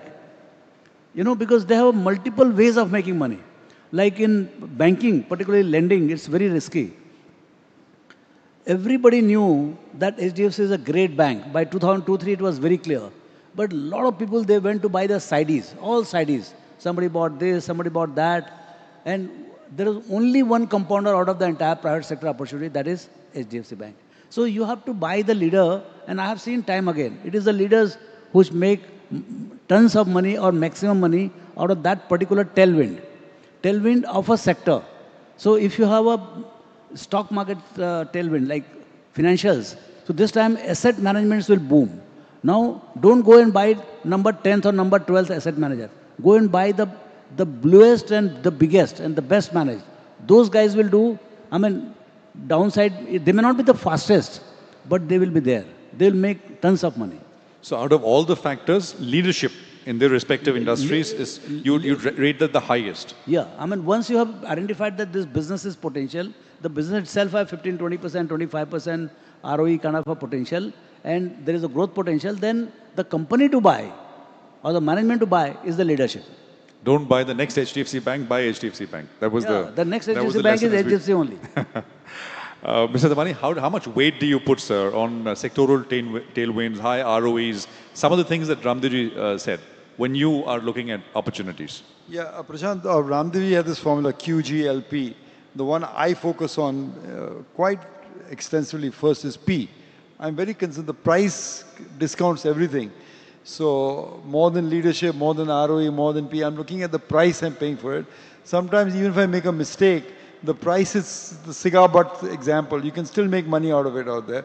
And generally I find that if you buy when a bull market is starting, an extremely underloved sector, which means the price is very, very cheap, you'll end up making a lot of money at the end of the bull market out there. So almost obsessed. If you ask me about a company or pitch a company to me, almost my first few questions will be what is the market cap of the company? Because that gives me a good starting point. Is it 500 crores, is it 5,000 crores, 50,000 crores, you know? And can I value or see the business at that market cap? So for me, it's P.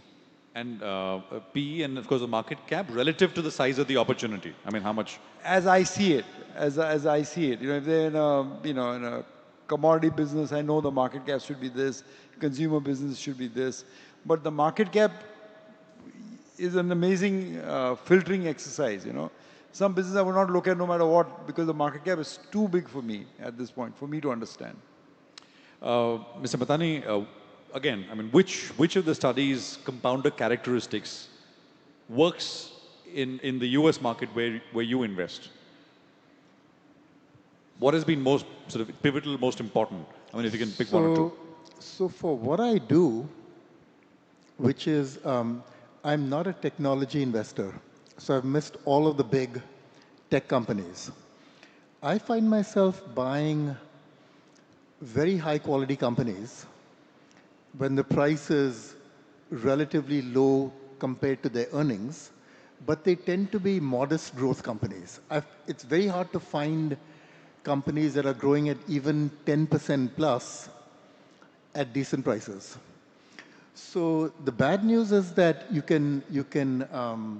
good news is that you can make a good gain out of them. You can make 50, 100% over a couple of years.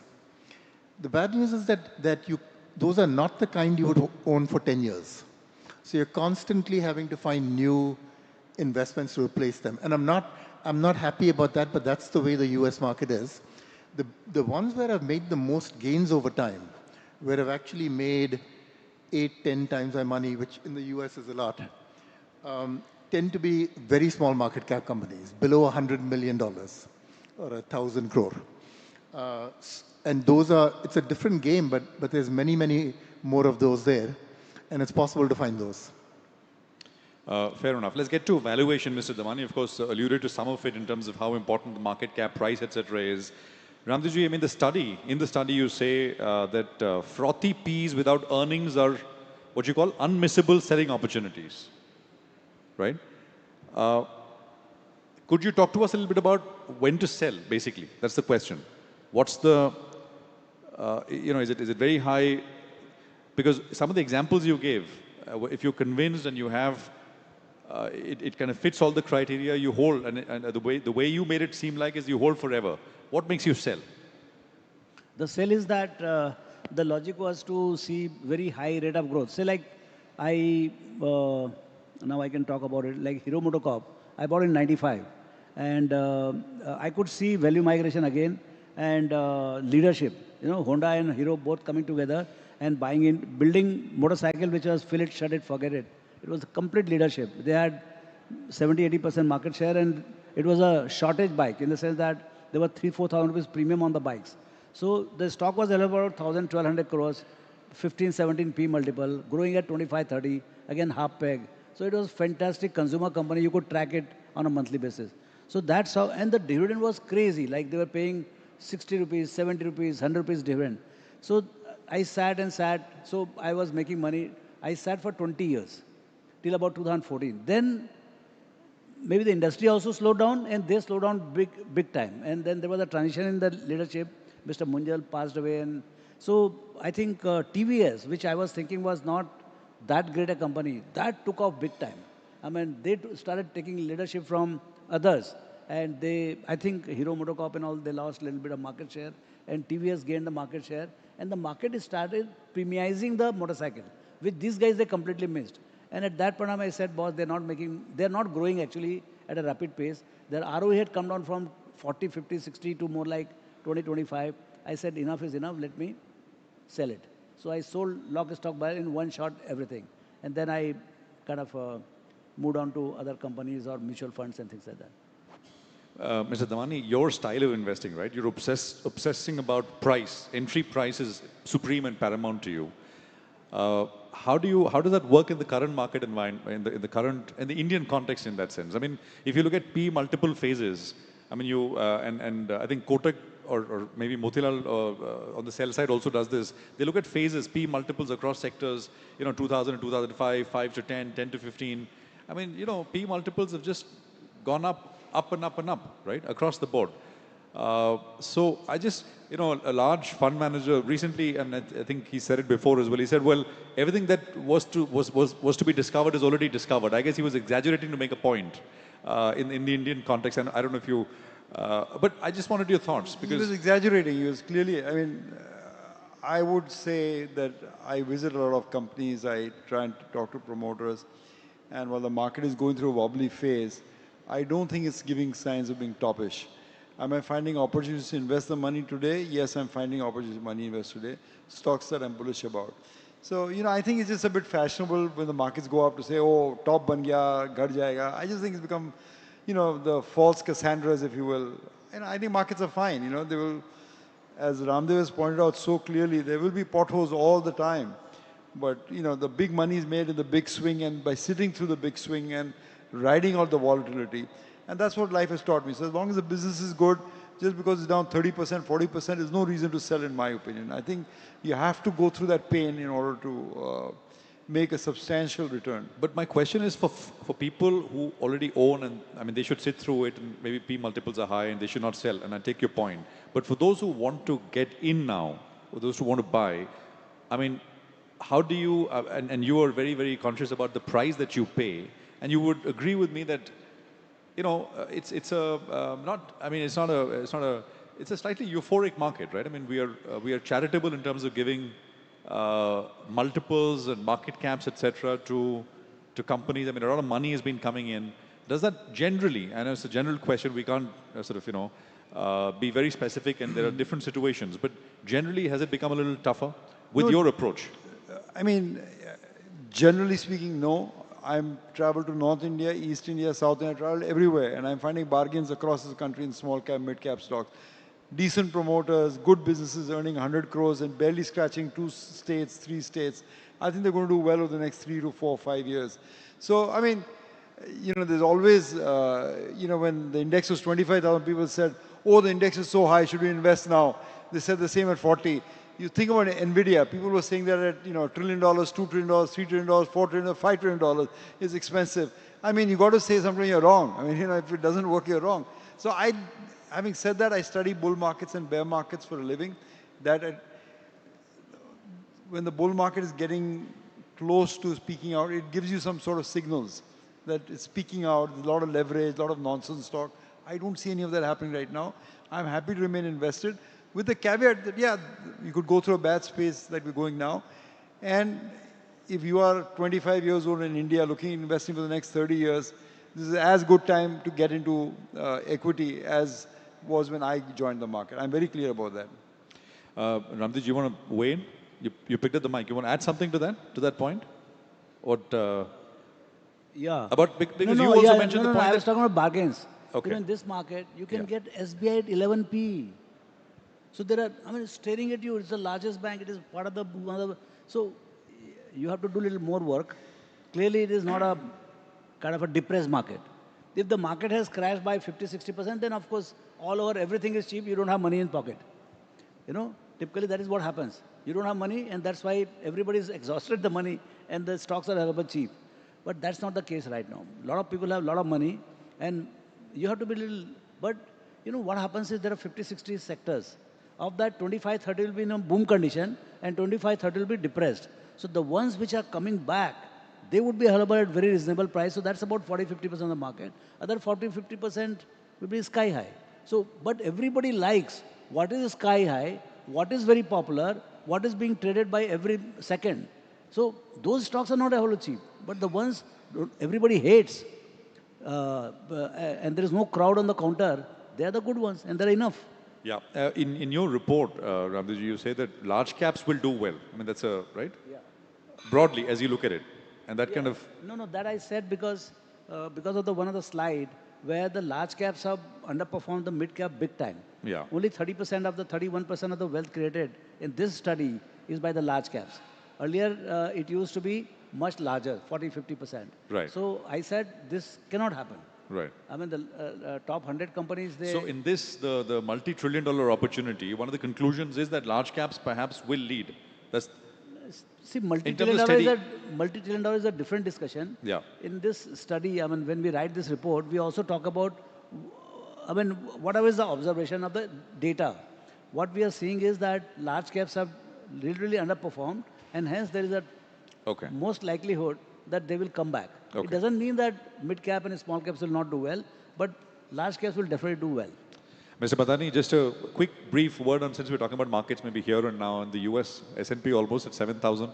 What's the, is it looking all fine, all okay? So some of it is looking very rich. And I think there has to be a correction there. But I'm surprised at the number of big, solid companies that are the blue chip type, but are not high growth companies, that are trading at relatively reasonable prices. So I think there'll be a shakeout at some point. There's a lot of talk about what's happening in the AI sector. I think there'll be a shakeout. The biggest thing that actually worries me about the US right now is the leadership. Because God knows what this guy is doing, and God knows what will happen next. So I think it creates instability for the country and for the markets as a whole. Okay, you know, I want to come to identifying future compounders. This is the next 15, 20 years. But just a couple of questions, right? I heard somebody in the audience ask, how do you personally manage drawdowns in high quality stocks to stay detached from the price action? And I think you said, well, have good friends who are going through the same thing and sort of एक दूसरे को थोड़ी दिलासा देते रहिए. थोड़ा दिलासा देते हैं. दूसरा ये है कि actually you have to see if you understand company well. See, the value creation doesn't stop when the stock corrects. That's what I said. There are two pays. One is the value creation, other is the price creation. Now price can go beyond the value and then again come back way below the price. So that keeps happening. I mean, if the 20p is the right number, it might go to 30p and then come down to 15p. Now at 15p, you have massive pain. But you must understand, it was overdone, it has corrected. So, but then the company's value creation process of 20-25% growth, that's on. So long as the wealth creation process in the company is on, and I think it has a long way to go, I will sit through. And that's what I'm doing with many companies of mine. Some of the companies which I have directly, I'm still sitting on. Because, and then you have to go through this. See, if something has gone to 60p, 70p, it will correct. It is not going to sustain. But the company is growing at 30-40%. So, I mean, that understanding I have very clearly. We have some of those cases playing out as we speak in markets right now. Mr. Damani, the role of temperament, I mean, would you want to weigh in? I mean, how important is that? How would you rate it vis-a-vis, I mean, reading a balance sheet or being able to analyze a business and prospects, etc.? It's clearly the most important thing. You know, I mean, as it's been famously said, that be greedy when others are fearful and be fearful when others are greedy. I mean, if you can do that, it helps. I think also the difference between being an individual investor like I am and being an institutional investor, it's a different ball game altogether. So my advice is to stick to the individual investors. Institutional imperatives are different completely. I understand that, You know, I made Bajaj Finance mistake, like I told you, Nobody kills me at home for making it, You probably can't do that in a professional environment. You don't want to over-concentrate. You don't want to, overdose. There's so many restrictions you have. So I think temperament is important, and that Buffett didn't manage public money. There's a good reason for it, because he was also the temperament of managing his own money. So I think it's a very important quality, and it's, as Raamdeo pointed out in a study, either you get it or you don't get it. You know, either you understand compounding, understand value investing, or you don't get it. You know, and luckily for me, I got it. You know, so. Raamdeoji, talk to us a little bit about where I mean, I think you did in the presentation highlight, right? I mean, I think financial services is one big pocket when you look at this next big opportunity, capital markets, etc., all of it in it, and consumer durables is the other big bucket to sort of look at to identify compounders. Is that correct? Yeah. And just briefly the thesis behind both. Yeah. So, see, lenders have been the financial services, particularly banks and NBFCs. They have been fantastic compounder in the past 17 years, and luckily they have not been grossly overpriced. They're at about 20, 25, 18p, those kind of things. So you get one Bajaj Finance, one Cholamandalam. So like that, many more will come, because the today credit requirement is about, say, commercial credit is about 200 odd lakh crores in the economy. And it is, as the economy doubles, actually the rise of the credit will be more. So credit growth has to be 1 or 2%, 3% higher than normal GDP growth rate. So the credit requirements will keep compounding. It's a very restricted area. You need licensing. You need scale. It's a game of scale. So,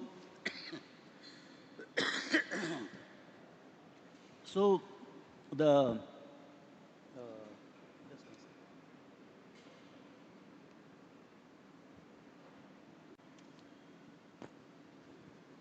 So what happens is that you have a decadal opportunity for the credit expansion at about 14, 15, 16%. So these banks, they will do very well. AIA and all are coming, so maybe there will be cost busting for the operations and all. So they will be there. Who will win? That is a different issue. Then you are coming with the capital markets, where tsunami of savings are entering in. One thing somehow we missed is the retail boom, which has happened from 2020. So till that time, stock market was being participated by only 40 million demat accounts. Unique accounts must have been about 20 million. 2 crore janta, that's about it. Today, we are talking about 215 million accounts. And we are headed to become 500 million demat accounts in next 10 years straight. So that force of savings entering the capital market and hence helping the entrepreneurs create wealth, that was not there between 2008 to this particular journey, NTD journey, only for last 2-3 years. But it is booming now. So between 25 and 42, one of the biggest differentiator will be the capital market. And capital market is very cumulative in character. You send 5 lakh crores or 6 lakh crores this year, it doesn't flow through. It goes and gets accumulated in the tank, in the AMC by way of AUM. And then there is a mark to market of 15%. So there are very few businesses like this which are growing in terms of new subscription, and on top of it, there's a mark to market on whatever you have. And that's why BlackRock, Vanguard, they are 12 to $15 trillion kind of AUM companies. So I think we are going to give birth to those kind of companies with $1 trillion, $2 trillion kind of mark AUM. Now, how much money they make, that's a matter of time. But those kind of large companies are going to come. Wealth managers are going to come, which are going to be very large, because now once you cross 1,000, 2,000 crores, you can't do it yourself. Then you look at a service of a wealth manager who charges another 0.5% or something like that. So that number will be very large. So wealth management, asset management, even broking, then all the intermediaries, market intermediaries, exchanges, they will do fabulously well. And of course, there will be some corrections, this, that. And they're asset light. They don't require too much of capital. So that's one segment which is going to be new category. And you see the listing grow 1 lakh crore. Today, ICICI AMC, which is another 1 lakh crore. Then BSE is 1 lakh crore plus.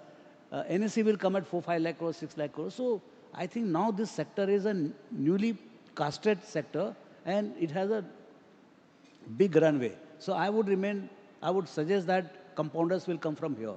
Second, once your per capita goes up from 2,500 to say 5,000 in next 7-8 years, the tipping point for durables start. And the biggest durable is housing, and second is a car. So now car, you have seen the Chinese experience from 4 million to 25 million. Right now they are doing 25 million. We will also do it. Whether we'll do it 5 years later or 10 years later, that is only a matter of time. Because everybody needs a personal transport, and there are only 3 companies, Maruti, Hyundai, and Mahindra.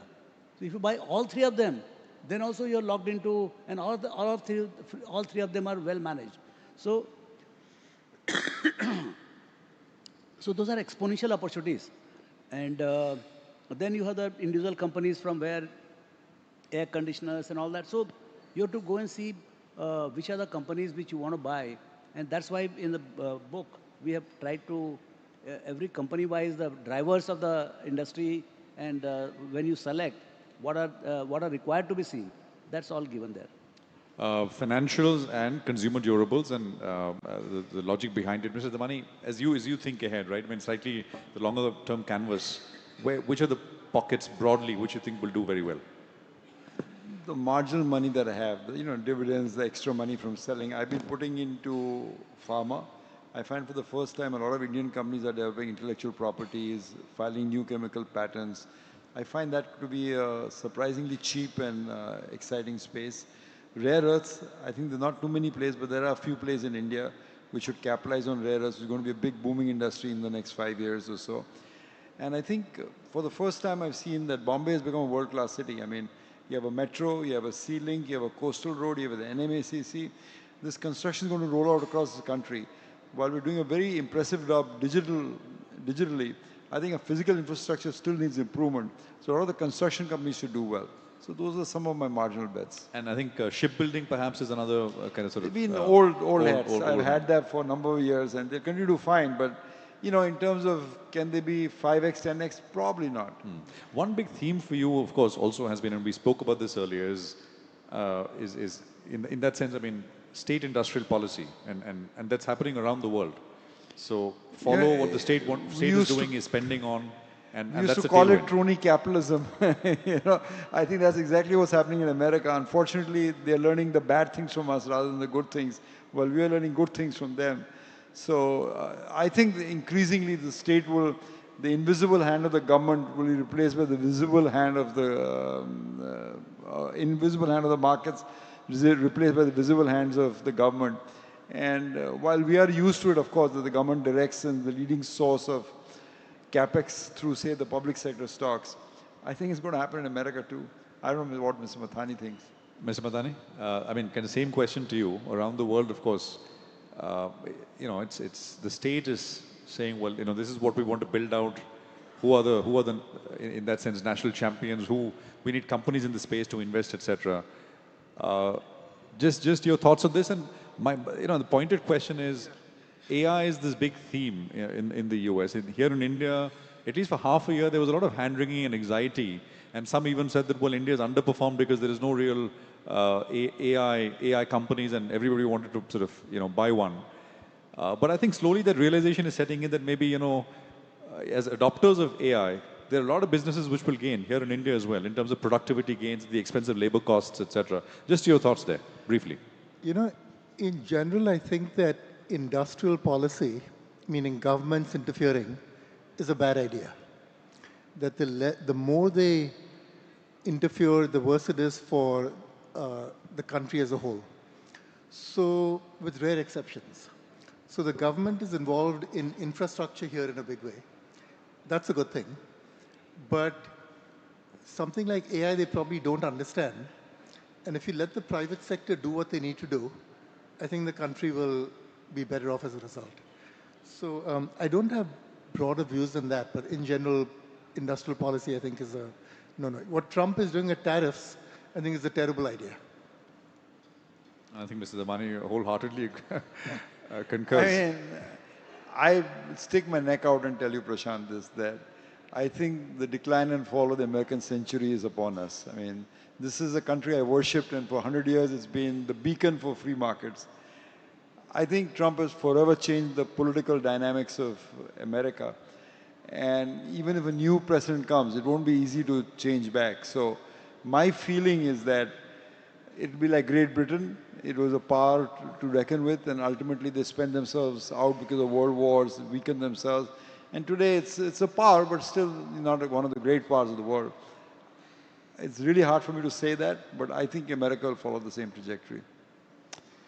I think I could go on, but are we done with time?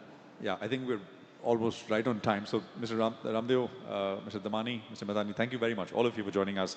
Thank you for being a wonderful audience, and really appreciate all of you listening in intently. I think we did a round of questions earlier with Raamdeo ji. Do we have time for maybe 1 or 2 questions for Mr. Damani? And maybe we can take 2 or 3 questions. Anyone in the audience? Please, sir. Can we get a mic to him? You asked Mr. Damani because I have answered enough. Yes. Good evening, everyone. And I had my question for Mr. Damani only. So the question is that I'm a wealth manager. I come across a lot of investors, and I get an opportunity to look into their stock portfolios as well. Most of the times, some of the very wealthy investors I've come across, they have a very large list of stocks in their portfolio, and they've created wealth over the last 20, 30 years with as many as even 300, 400 stocks in their portfolio. So is that the right approach, Mr. Damani, and is that how you must have created your wealth today, that you have today, or should it be very concentrated? Because I understand that most of the individuals would not have as much of wherewithal to analyze the stocks so well that they can take concentrated positions. Yeah, it's a great question, concentration versus diversification. Unlike Raamdeo, who runs a very concentrated portfolio, and he actually, I think it helps to know yourself and know your companies to run that. I run a very diversified portfolio. If Raamdeo tells me an idea, I'll buy some shares. I may not make it a core position, but I'll buy some shares. But my criteria for judging my performance is very simple. Have I doubled my net worth over a 3-year period? And India is giving you that kind of opportunity to double your net worth. If you've done that, you're fine. What does it matter how you run your portfolio? There are many ways to skin a cat. So as long as my wealth is moving, doubling every 3 years, I'm on the right track. I'm not very particular about, I would like to be a more concentrated portfolio, but I don't think intellectually I'm equipped to do it, because I get very scared of making a big unsurmountable loss, particularly as I'm aging. So I run a diversified portfolio. Some approximate number of scripts could you give us? Should it be 100? Should it be 50? Should it be more than 100? Sometimes these odd positions I've had. Someone has told me at some meeting like this to buy it, and I bought 5,000-10,000 shares. Over time, they multiplied by scripts, bonus, and become some fabulous part of my portfolio. So the top 10 positions in my portfolio will be 50-60%. But then there's a big long tail. I mean, here I might meet 5 friends who will tell me, Sanjay might give me an idea. Sometimes he does. And I'll buy, 10,000-20,000 shares based on his recommendation. Making a lot of money, by the way, on his recommendations. So, I tend to do that. I like to do that. So, thank you so much. We can take one more. Anyone? Last one. Yeah. Go on. Yes. So a lot of people there try to time the market, that when will be the next crash where they will put in the money, and they forget to actually stay invested in the market in all kinds of market. So what do you think about those people? Is it the right approach, or do you think that all kind of markets have equal opportunity? The question is to Ramesh, Damani, or any one of you. I'll ask Sunil to take a first stab at it. I think timing in general is a terrible idea. So if someone is earning a stream of income so that you can put in money regularly, then dollar cost averaging type approaches work really well. If you just have one pool of money that, say, you inherited today, phase the money in over some time, but then let it ride. It's too hard to time. Better is trying to look to see what you want to put your money in, and then just put it in and leave it there. About the AI bubble as well, a lot of people are thinking that it will be the next crash for the US markets, and it will be followed up in Indian markets. What do you think would be the significance of it? Would be it a short-term impact on Indian markets, or would it be long-term if it happens? It's a black swan event, of course it cannot be predicted, but what do you think about it? I think it's sort of like the dot-com boom of 25 years ago, where clearly a lot of value is going to be created from the new technologies. there'll be excesses, and then the excesses will correct. There'll probably be some ripple effect in India if it's bad enough in the US. But again, it's all short term. For anyone who's thinking longer term, it shouldn't matter at all. Just look for the opportunities when they come. Okay, I think last word to Mr. Bhattacharya, who's watching closely. And I must tell you before you start, sir, I speak with, whenever I speak with Sanjay once every 2 days or so, he'll go on this, he'll go on this long tirade about, and then, I'll listen for about 15 minutes and then we start to have a conversation. Go on. I wanted to ask Ramesh, so, I think most people would agree with what you just said, that the US is probably at the end of a long and glorious period where it's been the ultimate world power and has profound influence in many different areas. But were that to pass over time, will there be another country which will assume the mantle of global leadership? I think it'll be a multipolar world, but I think the US will remain because of its military or strategic power. But you know which one I'm talking about, that they will also rise in the East. So I think it'll be a more multipolar world. And I think increasingly, technologies like defense are quite distributed. So whether you use drone or use biological warfare, that is available to many countries in the world. So I have very strong feeling that Trump has actually changed the fabric of this world. He's killing the goose that laid the golden egg. America became strong due to its education, due to its immigration, due to its openness to the world. And he's single-handedly dismantling that. And I think history will record that sometime in the next few years, we'll see the peak of American power. That was diplomatic, Ramesh. What about the lack of corruption, which has now reached new proportions? Absolutely. Absolutely agree with you. I mean, this is horrific crony capitalism going on in America, which I would never have believed. I would never have believed that. And the dismantling of meritocracy. Absolutely. I mean, they talk nonsense. They keep saying that we're doing meritocracy, no woke, nothing. But they're doing exactly that. They're just taking power because they have the power, whether it's Venezuela, whether it's Greenland, or whether it's Canada, or whether it's Mexico. They're just using their power. I mean, they're telling NATO countries, for example, that you pay up more, otherwise you won't defend you. I mean, that's the equivalent of saying, give me hafta, otherwise I won't defend you. I mean, America never did that. America protected the world, and because it was such a great power, I mean, imagine Tokyo and Germany, Japan and Germany, beaten powers in World War II. They basically resurrected through the Marshall Plan. And today they're such stalwart partners with America for the next 50 years. And suddenly, the whole world is thinking, let's have our own European alliance, let's have an Asian alliance. So I think America will change for the worse. Thank you. And you don't think once in the next 3 years, it's not going back? It's very tough. It could, but I doubt it. Generally, when the pendulum swings, there will be some other monster coming in. I'm just sorry. I really feel bad saying that because we actually looked at America for almost everything in the world, and I'm just shocked, literally shocked that the U.S. senators, congressmen, they're all speaking the same language. So I would be very happy if America went back to the way it was. But I seriously doubt it. Thank you very much, all of you. Thanks very much for joining us in this very special panel. Thank you. Thank you, everyone, for being a wonderful audience. First of all, thank you to Raamdeo ji for presenting a milestone wealth creation study. My profound thanks to Mr. Mehtani and Damani for sharing the wisdom with our audience at large. And last but not the least, thank you, Prashant, for wonderfully moderating and curating the discussion. See you all next year. Enjoy the evening. Thank you. May I also request Motilal ji to facilitate our guests.